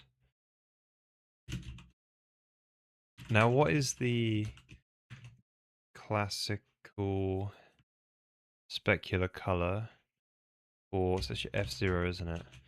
So it's 0.04 basically, isn't it? So yeah, it's just manually providing it. Cool. Nice. So this is your non-metal, and this is your metal. Right, this is like a red metal. This is like a, it's like grass, non-metal. It's grass, basically, yeah. Cool. Lovely. So glossy or non-glossy, then a bit of AO or no AO, I guess. We can do that like that. Cool. So at least we can switch between those. Now, okay, surface normal. We do need it in world space. So yeah, so we would like it in world space, please. So we don't need that transformation matrix anymore. Then we probably don't need, we mark the ray directions as well, such that we could get DDX and DDY, maybe do stuff with it. That might be handy. Depth.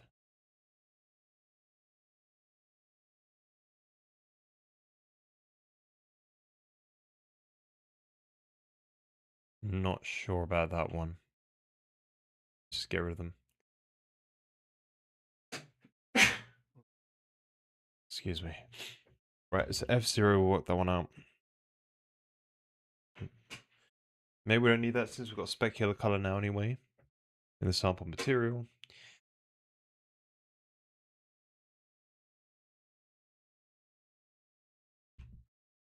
Something like that. Lovely. So, radio. Yeah, let's just get rid of all the stuff we don't need. Can always add it back in if need be. So, make it nice and simple.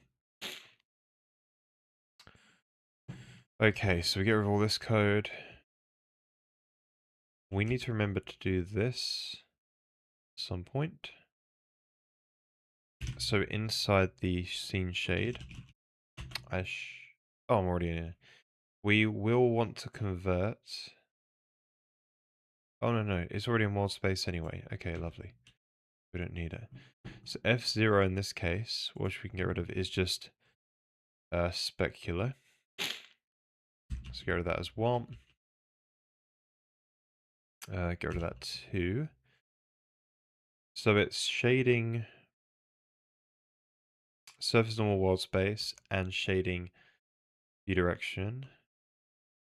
Yep. So Fresnel Schlick will be material dot specular.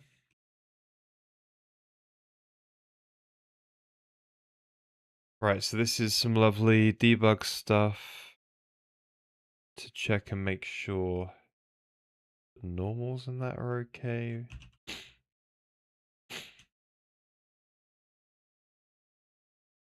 Ambient radiance.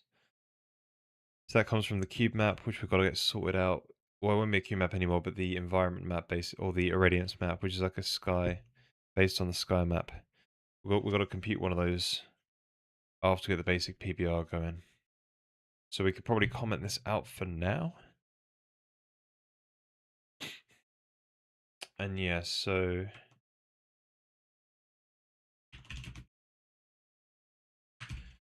we'll leave that commented out. There's the reflectance as well, which is where you get your lovely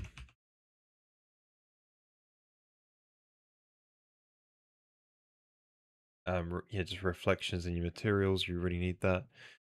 We'll take it off the sky again, but right. So there's also some lights. We'll go over all a number of lights and stuff like this now. Yeah.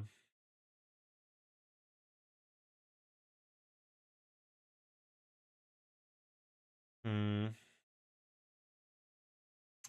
Right, so let's get into calculate, so pass this in the shading, material, lighting. The light,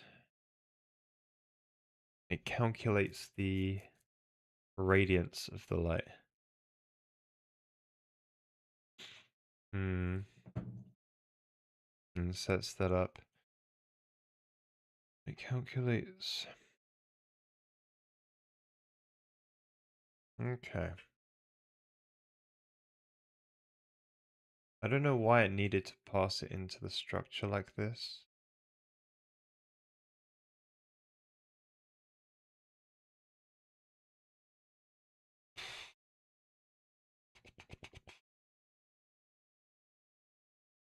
Oh, we need emissive as well. That would be good.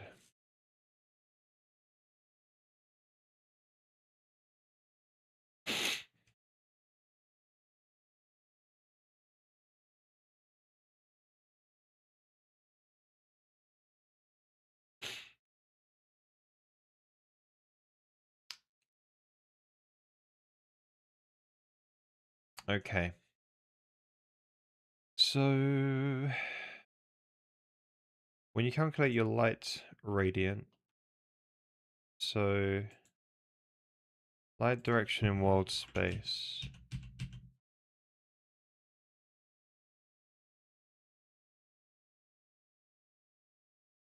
I see.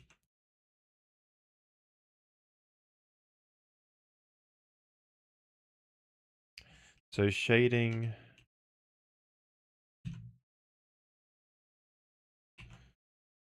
U direction plus light direction world space.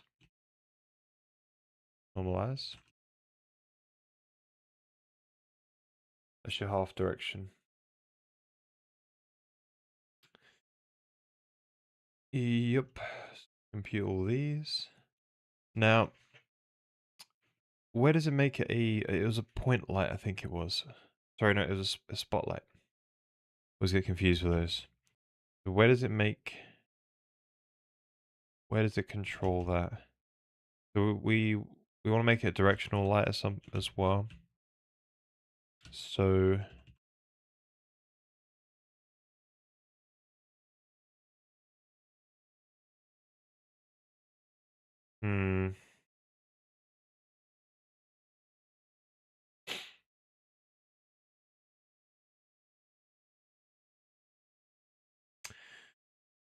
okay, is there any metalness in here? There is a metalness, which is bad. So how would you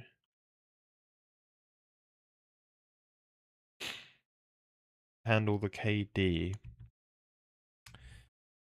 if we don't have metalness anymore?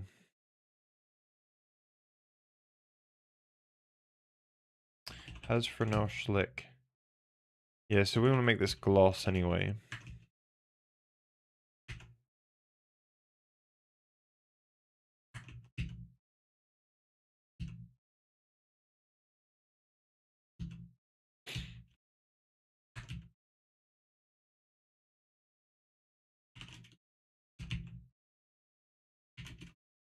One take gloss.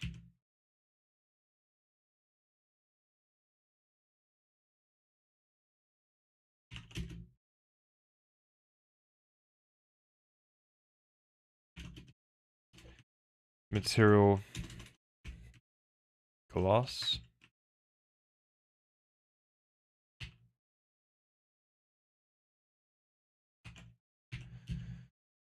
Okay.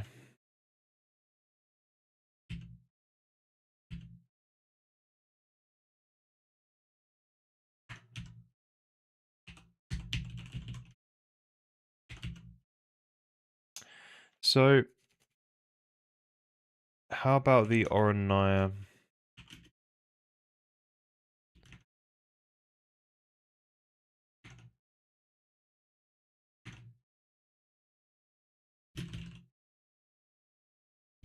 In these workflows?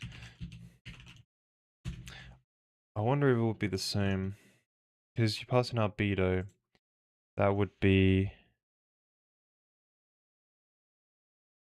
I guess that would just be a...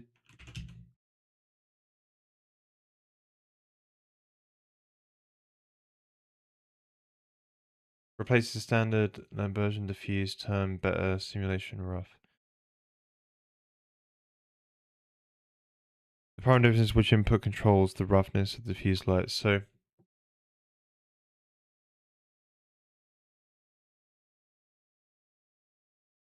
the diffuse intensity would be directly from the...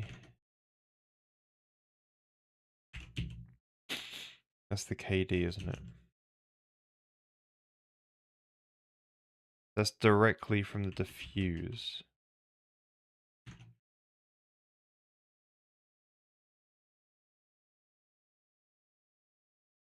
Hmm.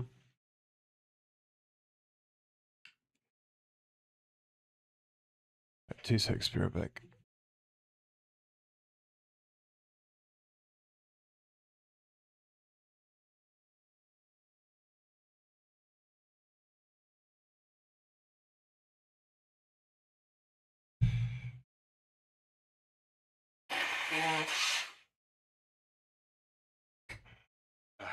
Welcome back.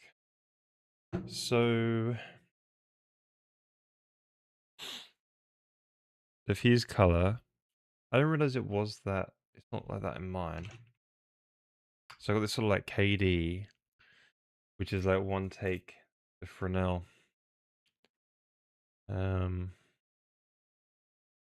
So not necessarily the same.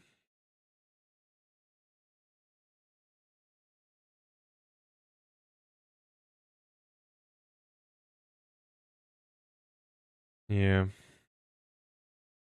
Is that the K?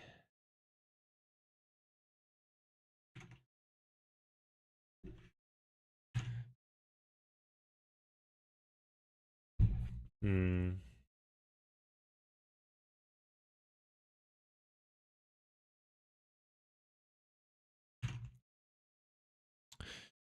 Yeah, so this would also pass in like the albedo to get the luminance from there as well.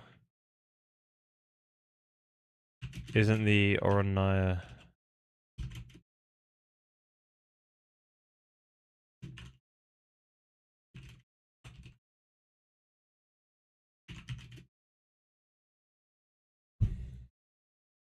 That's the thing.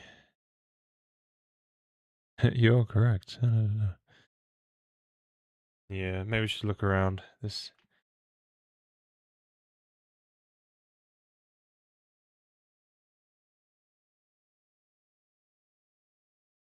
Yeah, it's not a good idea. So that's terrible.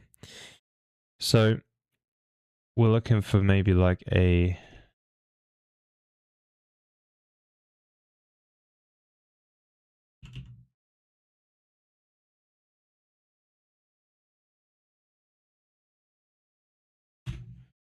Let's see if I got one.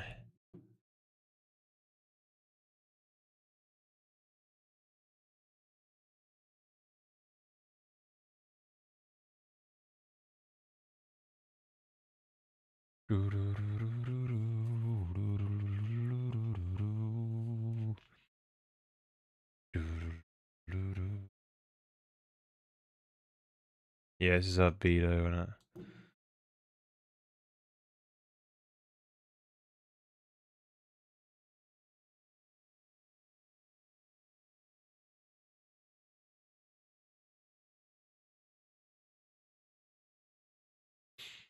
Ta-da!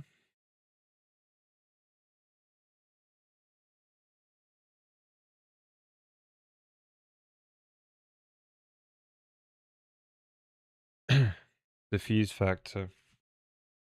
Using albedo. Doing it. Yeah.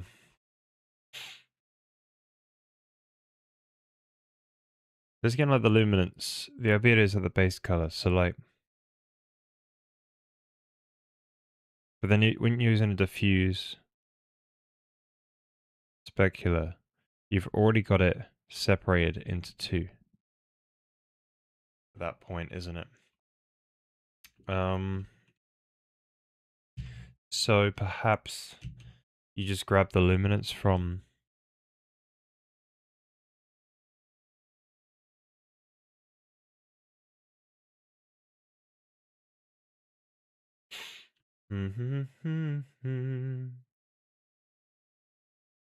Alright, so all these roughness values. Let's sort these guys out quick. So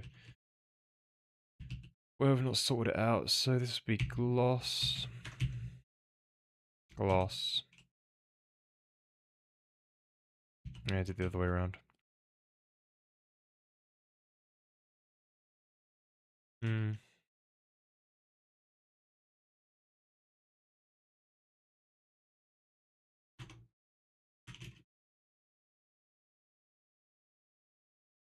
Material loss on take.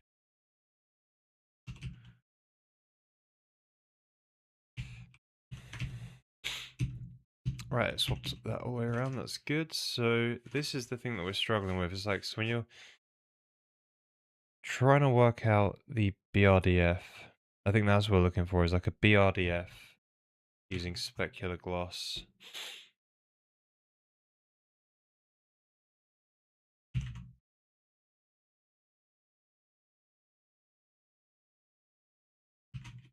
The specular gloss.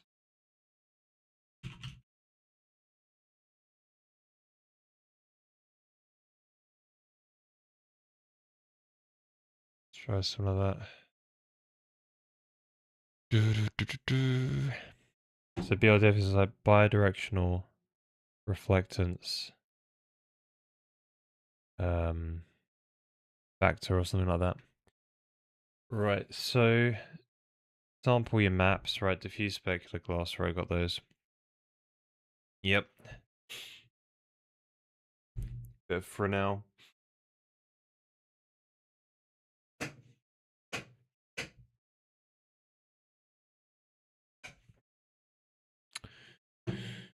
The GGX geometries. Alright, we did cook torrents though. Smith. GGX. Yeah, they're here. That's the specular.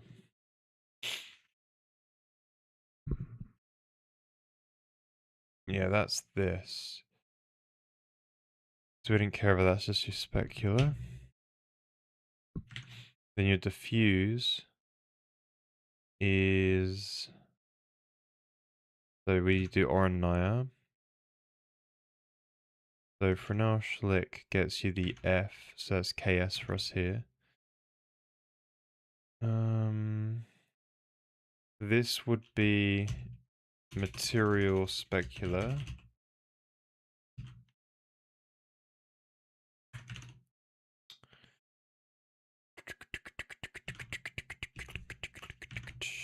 So F and KD. So KD off the Oraniah. So where's the diffuse? So it's KD. Specular strength. What is even that? Define them. Right, energy. Right, in specular gloss, KS is the maximum component of specular color. Interesting. So that's what was missing. Oh, is it? Yeah, but why'd you need the Fresnel then?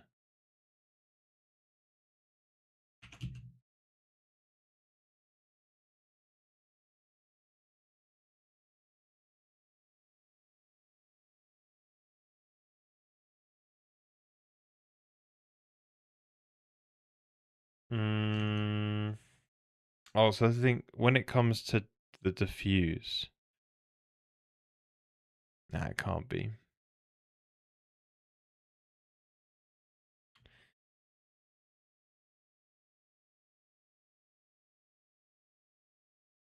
Nah, that seems like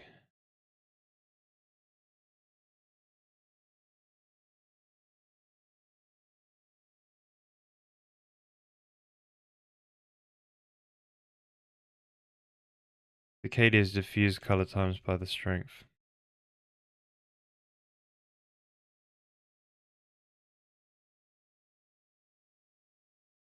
Hmm.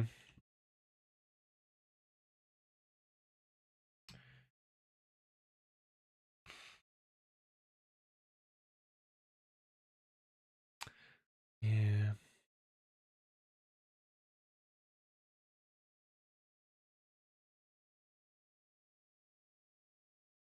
But the KS is used down here as well.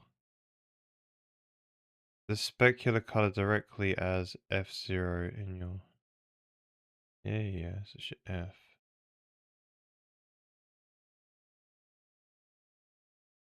in your cook torrents. That's your Fresnel. Right. I see. So I've called it KS, but actually it's overloaded. Right, so this is your Fresnel. So that... Ah. Right, so what I actually want to be doing is passing in another one. Your v.h. That's what I want to... And then I want the Fresnel to be done in here now. That was the Fresnel.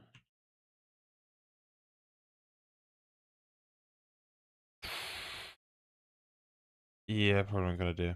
Right, Fresnel needs to be passed in regardless.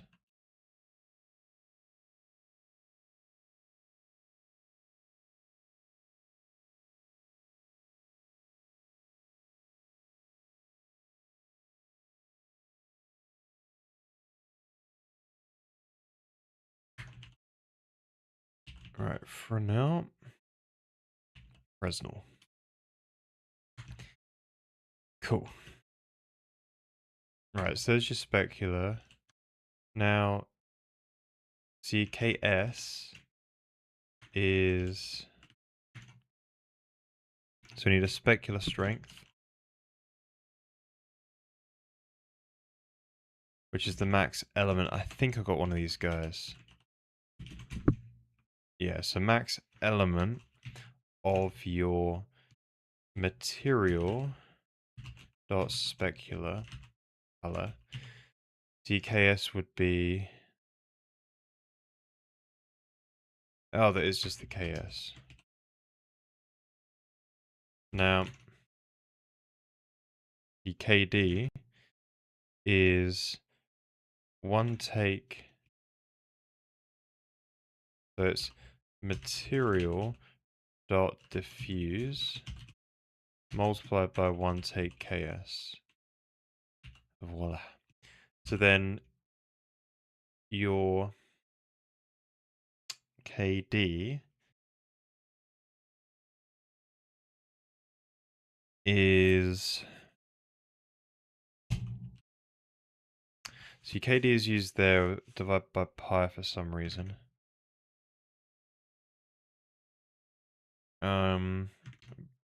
Diffuse. Right, so see how Oronai can fit into there.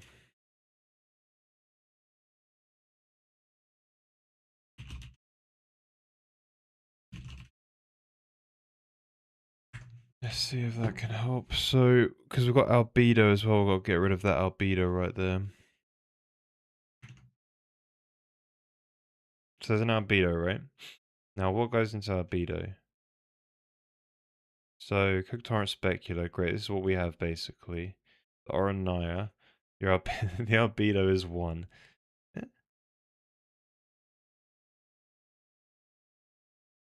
So that'd be the luminance.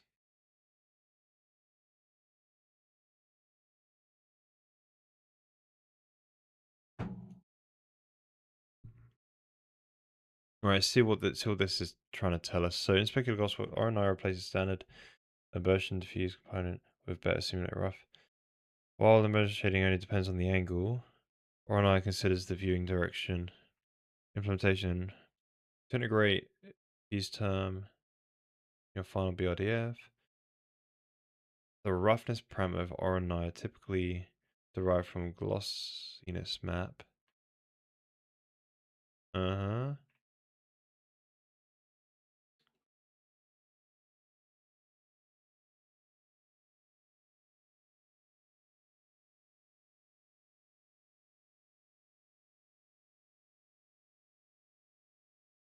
Right, so what about...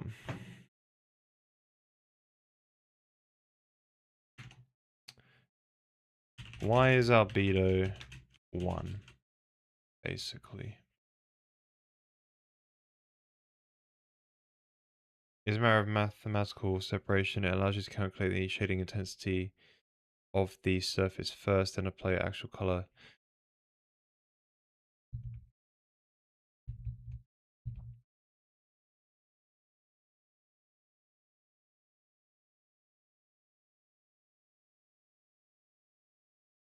Yeah, but we already did we already did KD times Ornaya before.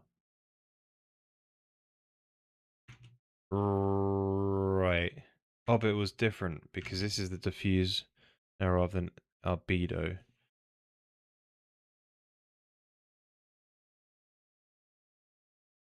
Okay, so into the function expecting the wouldn't match. By using one single intensity value that can multiply KD, which contains the actual beta. Okay.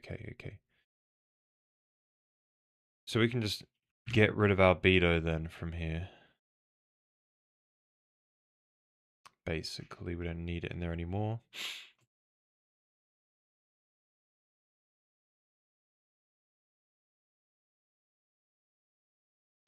It does seem though it's going to be a bit wrong. Oh, albedo's there as well, isn't it? Yeah. Pass in one. Fine.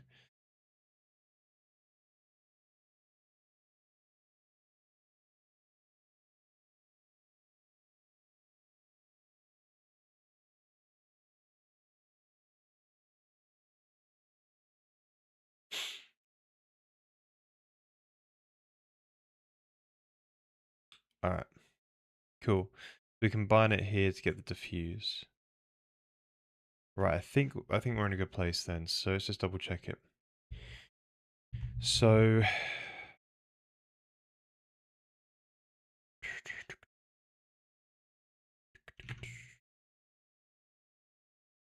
times the yeah, it's just the BRDF, specular.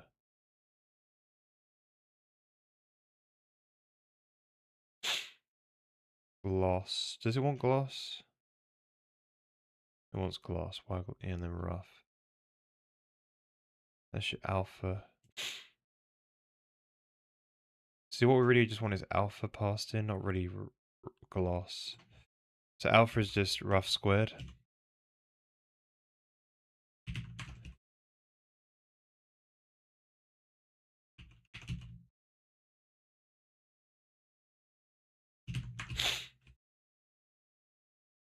Okay.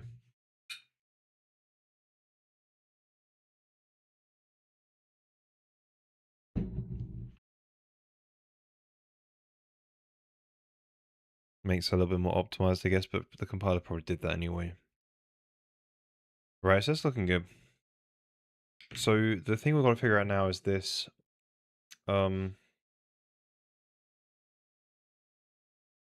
Yeah, maybe it was a directional light.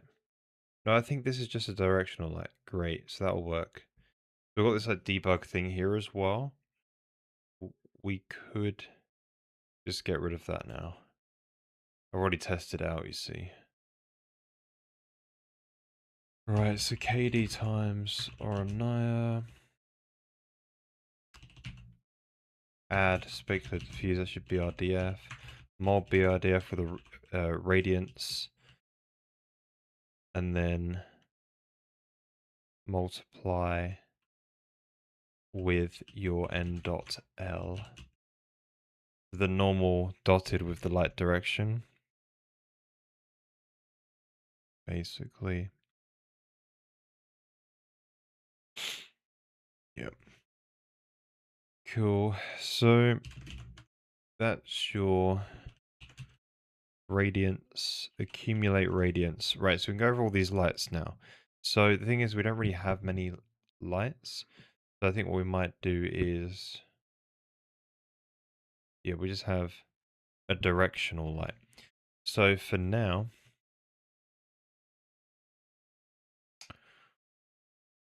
we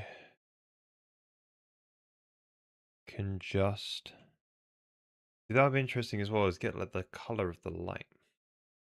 Or like the sun, right? Typically it's going to be a yellow, but in it's going to be like an orange at a certain point. Yeah, I guess for now,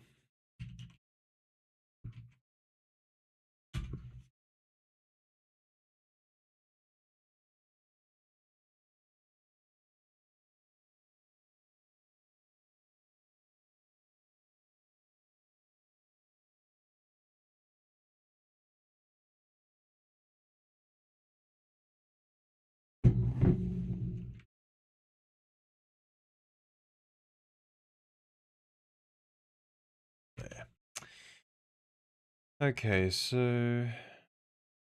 we probably want to wait to get the color.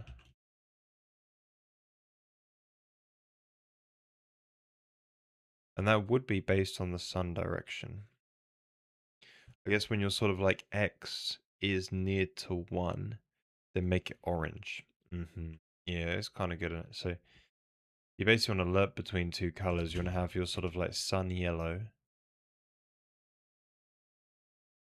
then your orange. Yeah, so you probably want like your yellow, so sky shader.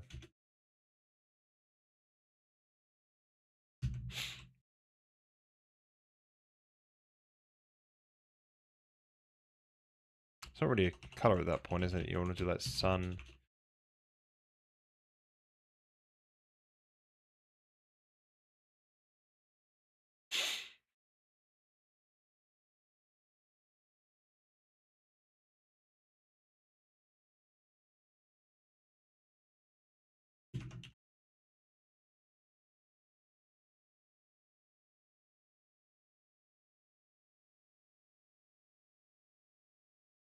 It's radiance, isn't it? Yeah.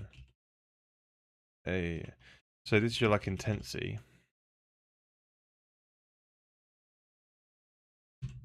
Times 200. So you want like a yellow and like an orange. An orange. So sun orange color, I guess. We want something as a float.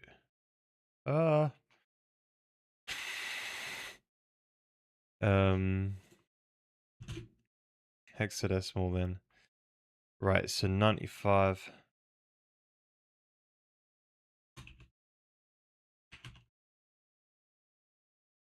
It's the slightly wrong color space, but that'll do 50% and 21.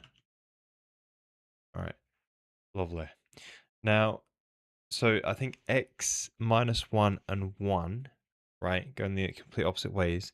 These guys is when you want it to be orange, right? So if you just negate it, right? Not negate it, absolute it.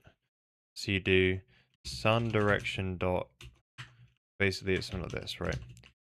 Return the lerp between, so 1 makes it orange, 0 makes it yellow. So you put yellow first, orange, then you do like basically get yourself the G, or you do the ABS of the G, the global sun direction xy.x. Oh.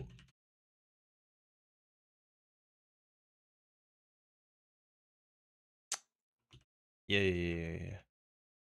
Then I think that's all you want, right? Yeah, so underneath it would be yellow. That's the other thing as well. Is underneath you can get a yellow color. So what you want to do then is say if it is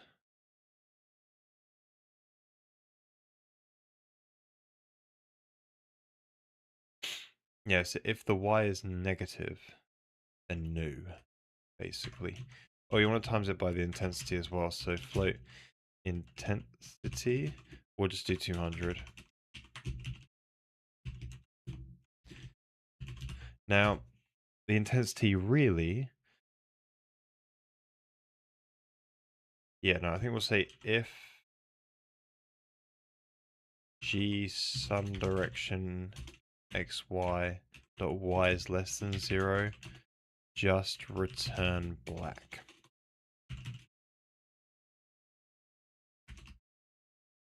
Cool, so sun radiance. We'll just put that guy, which is pretty cool now.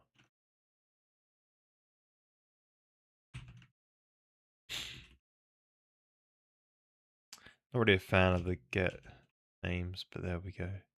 We call calculate.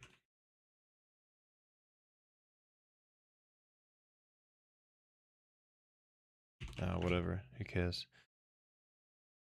Cool, so we want to get the intensity of the light.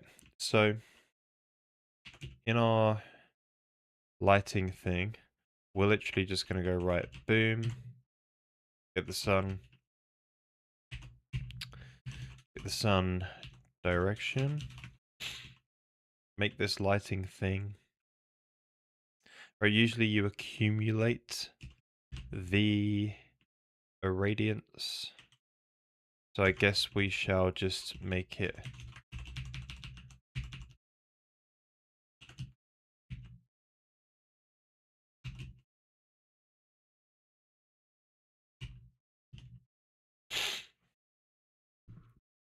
cool.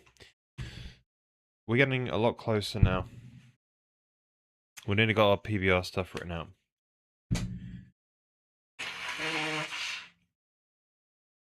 We actually get it compiling soon. So this is obviously doing a bunch of debug stuff. We can just get rid of that. And we can always write that back in. It's not difficult. So radiance is what it returns. We probably want to look at some of that photometric stuff. But now it's just using radiance for now. So accumulate some things. The light radiance, the material emissiveness, the ambient, and the reflective radiance, but we don't have those yet. So those will go on in a bit.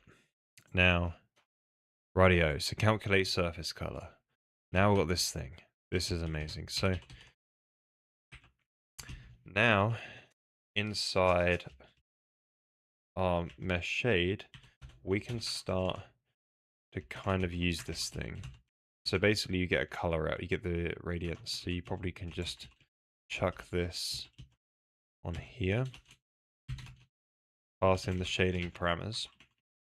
Now, shading. It's got to fill everything in manually. Luckily, there's not too many things. Oh, so let's get in there. So input parameters, these are our things.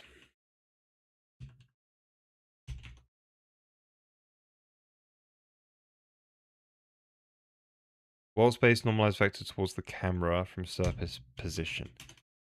Okay.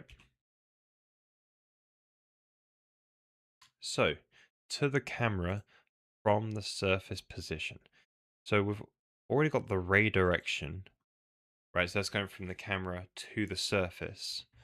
So what we would like is the other way around. Then we want the surface position.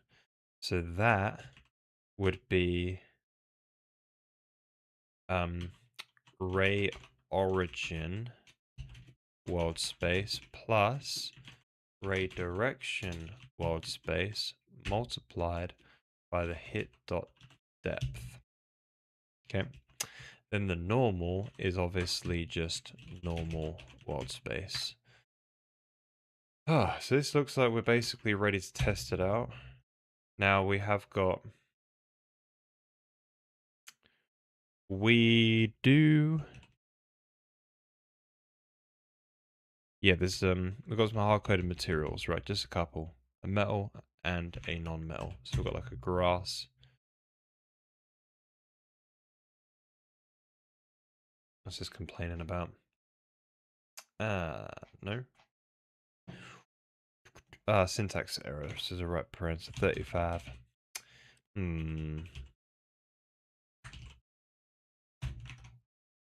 Okay, there's no step. Oh, we're gonna be careful. Step. GLSL step might be different.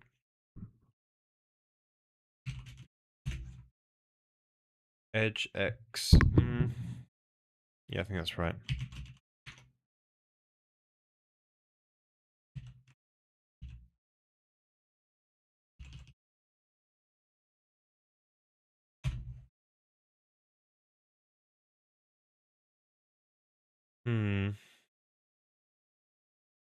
Sigma. Good old Sigma. Wasn't that alpha?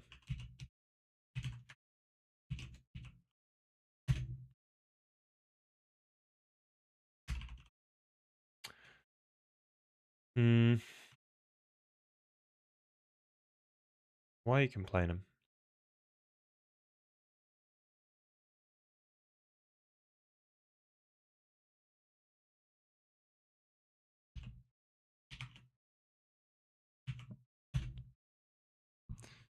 Yeah, that was a... Yeah, scalar. You know, this might use less registers. This would be cool. Do the shading with. Not sure how much overall. But yeah, we're doing like procedural shade materials anyway. It's going to be expensive, but at least the lighting will use less registers later on. At least. Or I had a fuse. Okay, let's see what's going on here. I need to manually vec3 it, don't I? That's why. Alright. Depth. So T-min instead of depth. Okay. And let's go. Right, so we can tell nothing's working. So you can see the Fresnel, right? The border, right? You can see there's a border.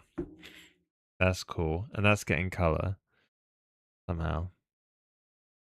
But it's kind of black. Now that's... So if we go and change, we've got two different materials, right? We've got this one with... we should be on the grass right now, but clearly grass is not grassing. And if we change to metal, it doesn't metal. So why? Why, oh, why? So we can do lots of debugging. So yeah, the thing is like, so the Fresnel works fine. So this must mean it's something to do with the BRDF, right? So if the Fresnel works, good old Fresnel. So it looks like the diffuse isn't working. So we can maybe try and poke in there a red color and just see what happens. Right, so I poke a red in there, red no work.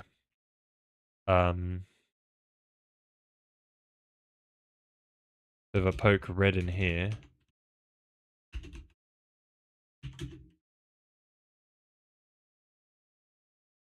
red no also work. I'm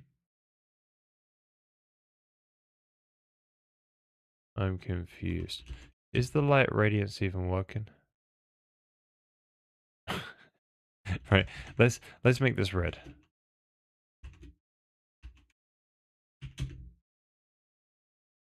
Is it even trying to recompile my shader? That happens sometimes. No, it's compiled it.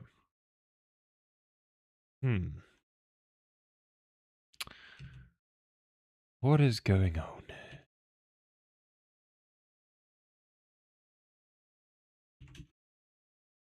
Right. Oh, that's another thing. Emissive. Emissive. That would be uninitialized.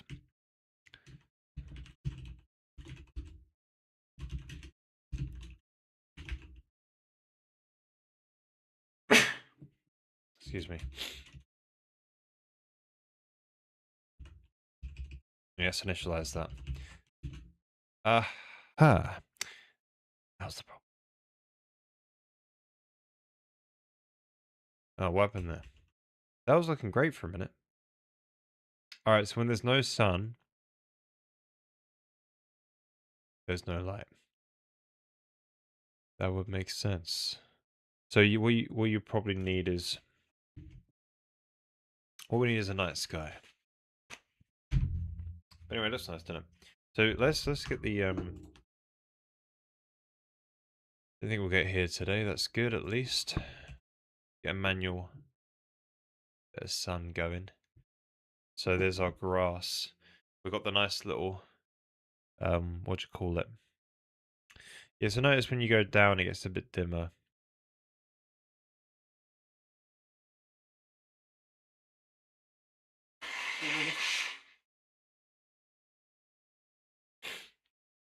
Now let's swap out for the red metal. So that actually is correct. But why does it look so bad? Your question might be. And the answer is because metals, they have no diffuse, right? So they come up black. And what they need is a reflected radiance where we get the reflected, where we get the sky basically reflecting and providing color. Yeah, so metals look bad without any environment maps, which we've got to do next time basically. But at least the grass kind of looks alright. It's got the nice little specular highlight. And it does do the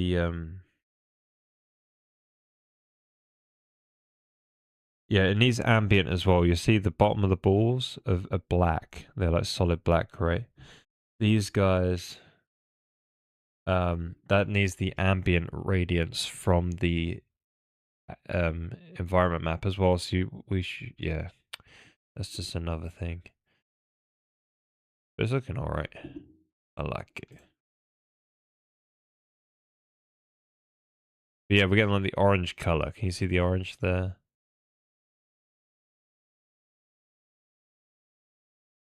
You know, actually, putting it black wasn't a good idea because it made the whole.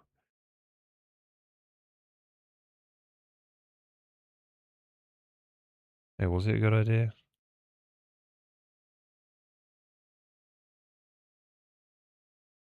Okay, the direction is the complete wrong way around as well. This ain't fun.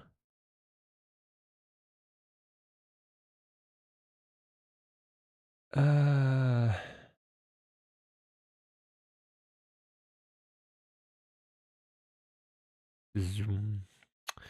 Yeah, so for some reason. Yeah, so the environment. What's a good way of saying it? The world space coordinates don't map into the sky map correctly, or whatever way round it is. It's another thing to figure out. So what do we do with the sky? The sky color would then be doing like a multiply by 0, wouldn't it? On here, which is fine, because it just accumulates. Yeah.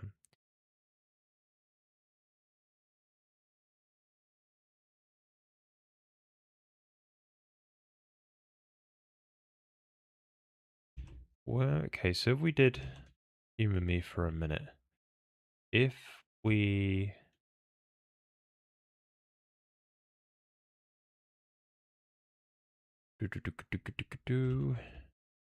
yeah, so we take this and restore it back to, I don't know, just let's just do 0.5. Now, good. And just watch the scene. I'm wondering if the sky color being 0, shouldn't have closed it like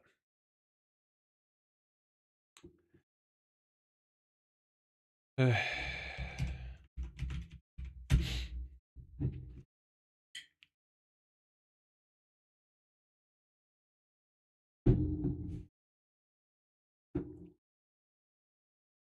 Yes, they still show. Yeah, the whole background does go black. Okay, good. Right. So, right. So when it comes to that ray,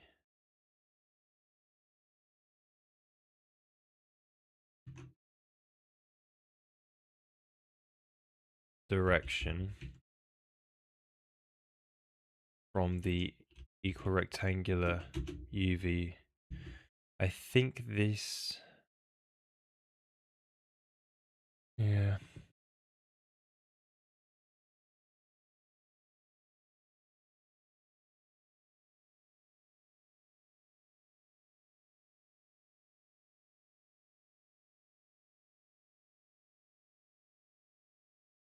So if you swap your X and Y, X and Z.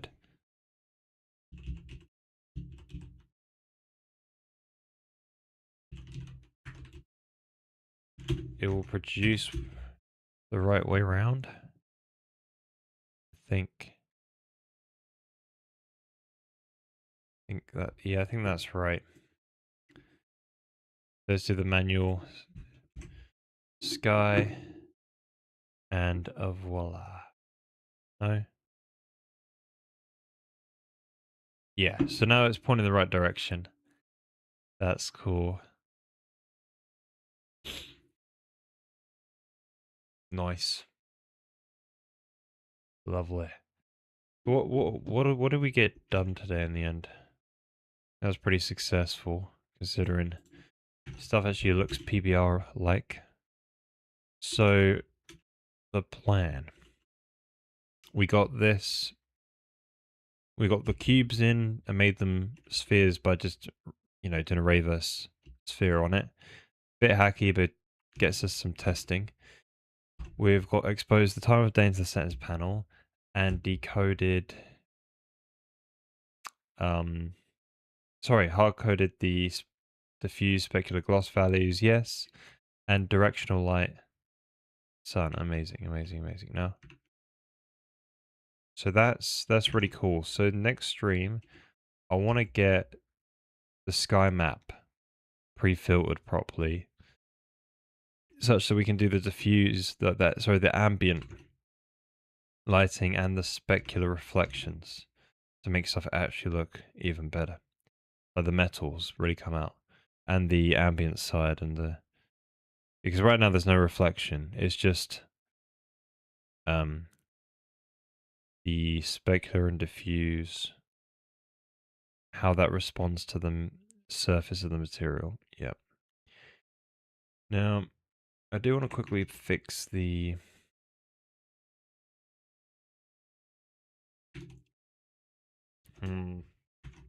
yeah, how can AO, where does AO get applied?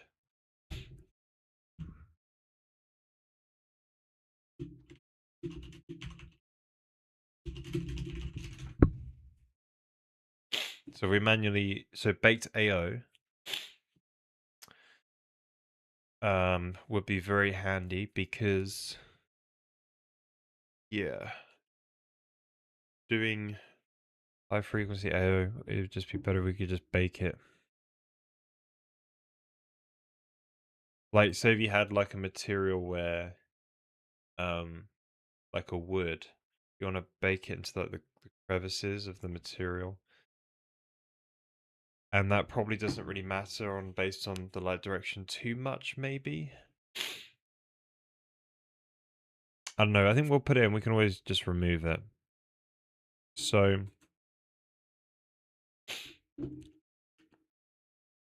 Orionaic torrents, yeah.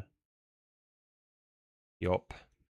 Then the ambient is ambient color times diffuse color times the AO.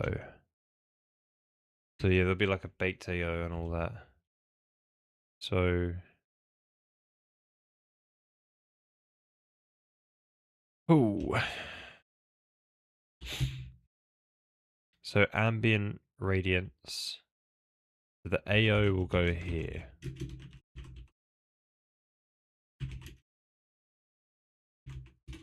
Basically.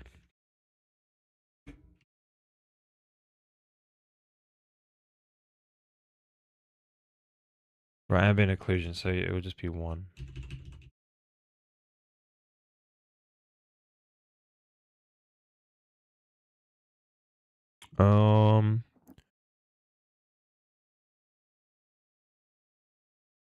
Diffuse color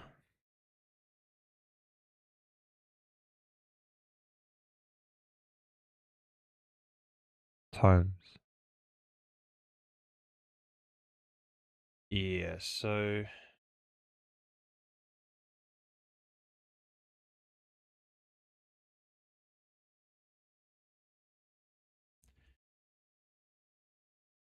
this will probably just be diffuse then. So material.diffuse. Your KD would be based on your specular array. Your KS.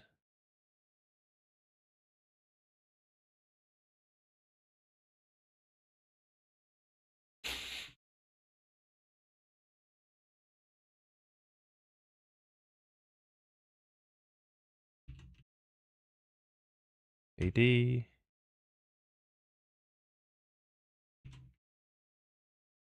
KSKD.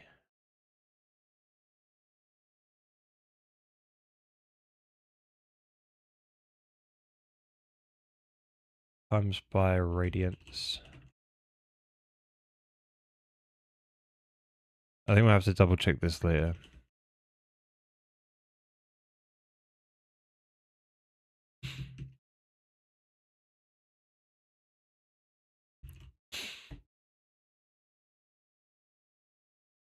But I think that'll be it. Oh.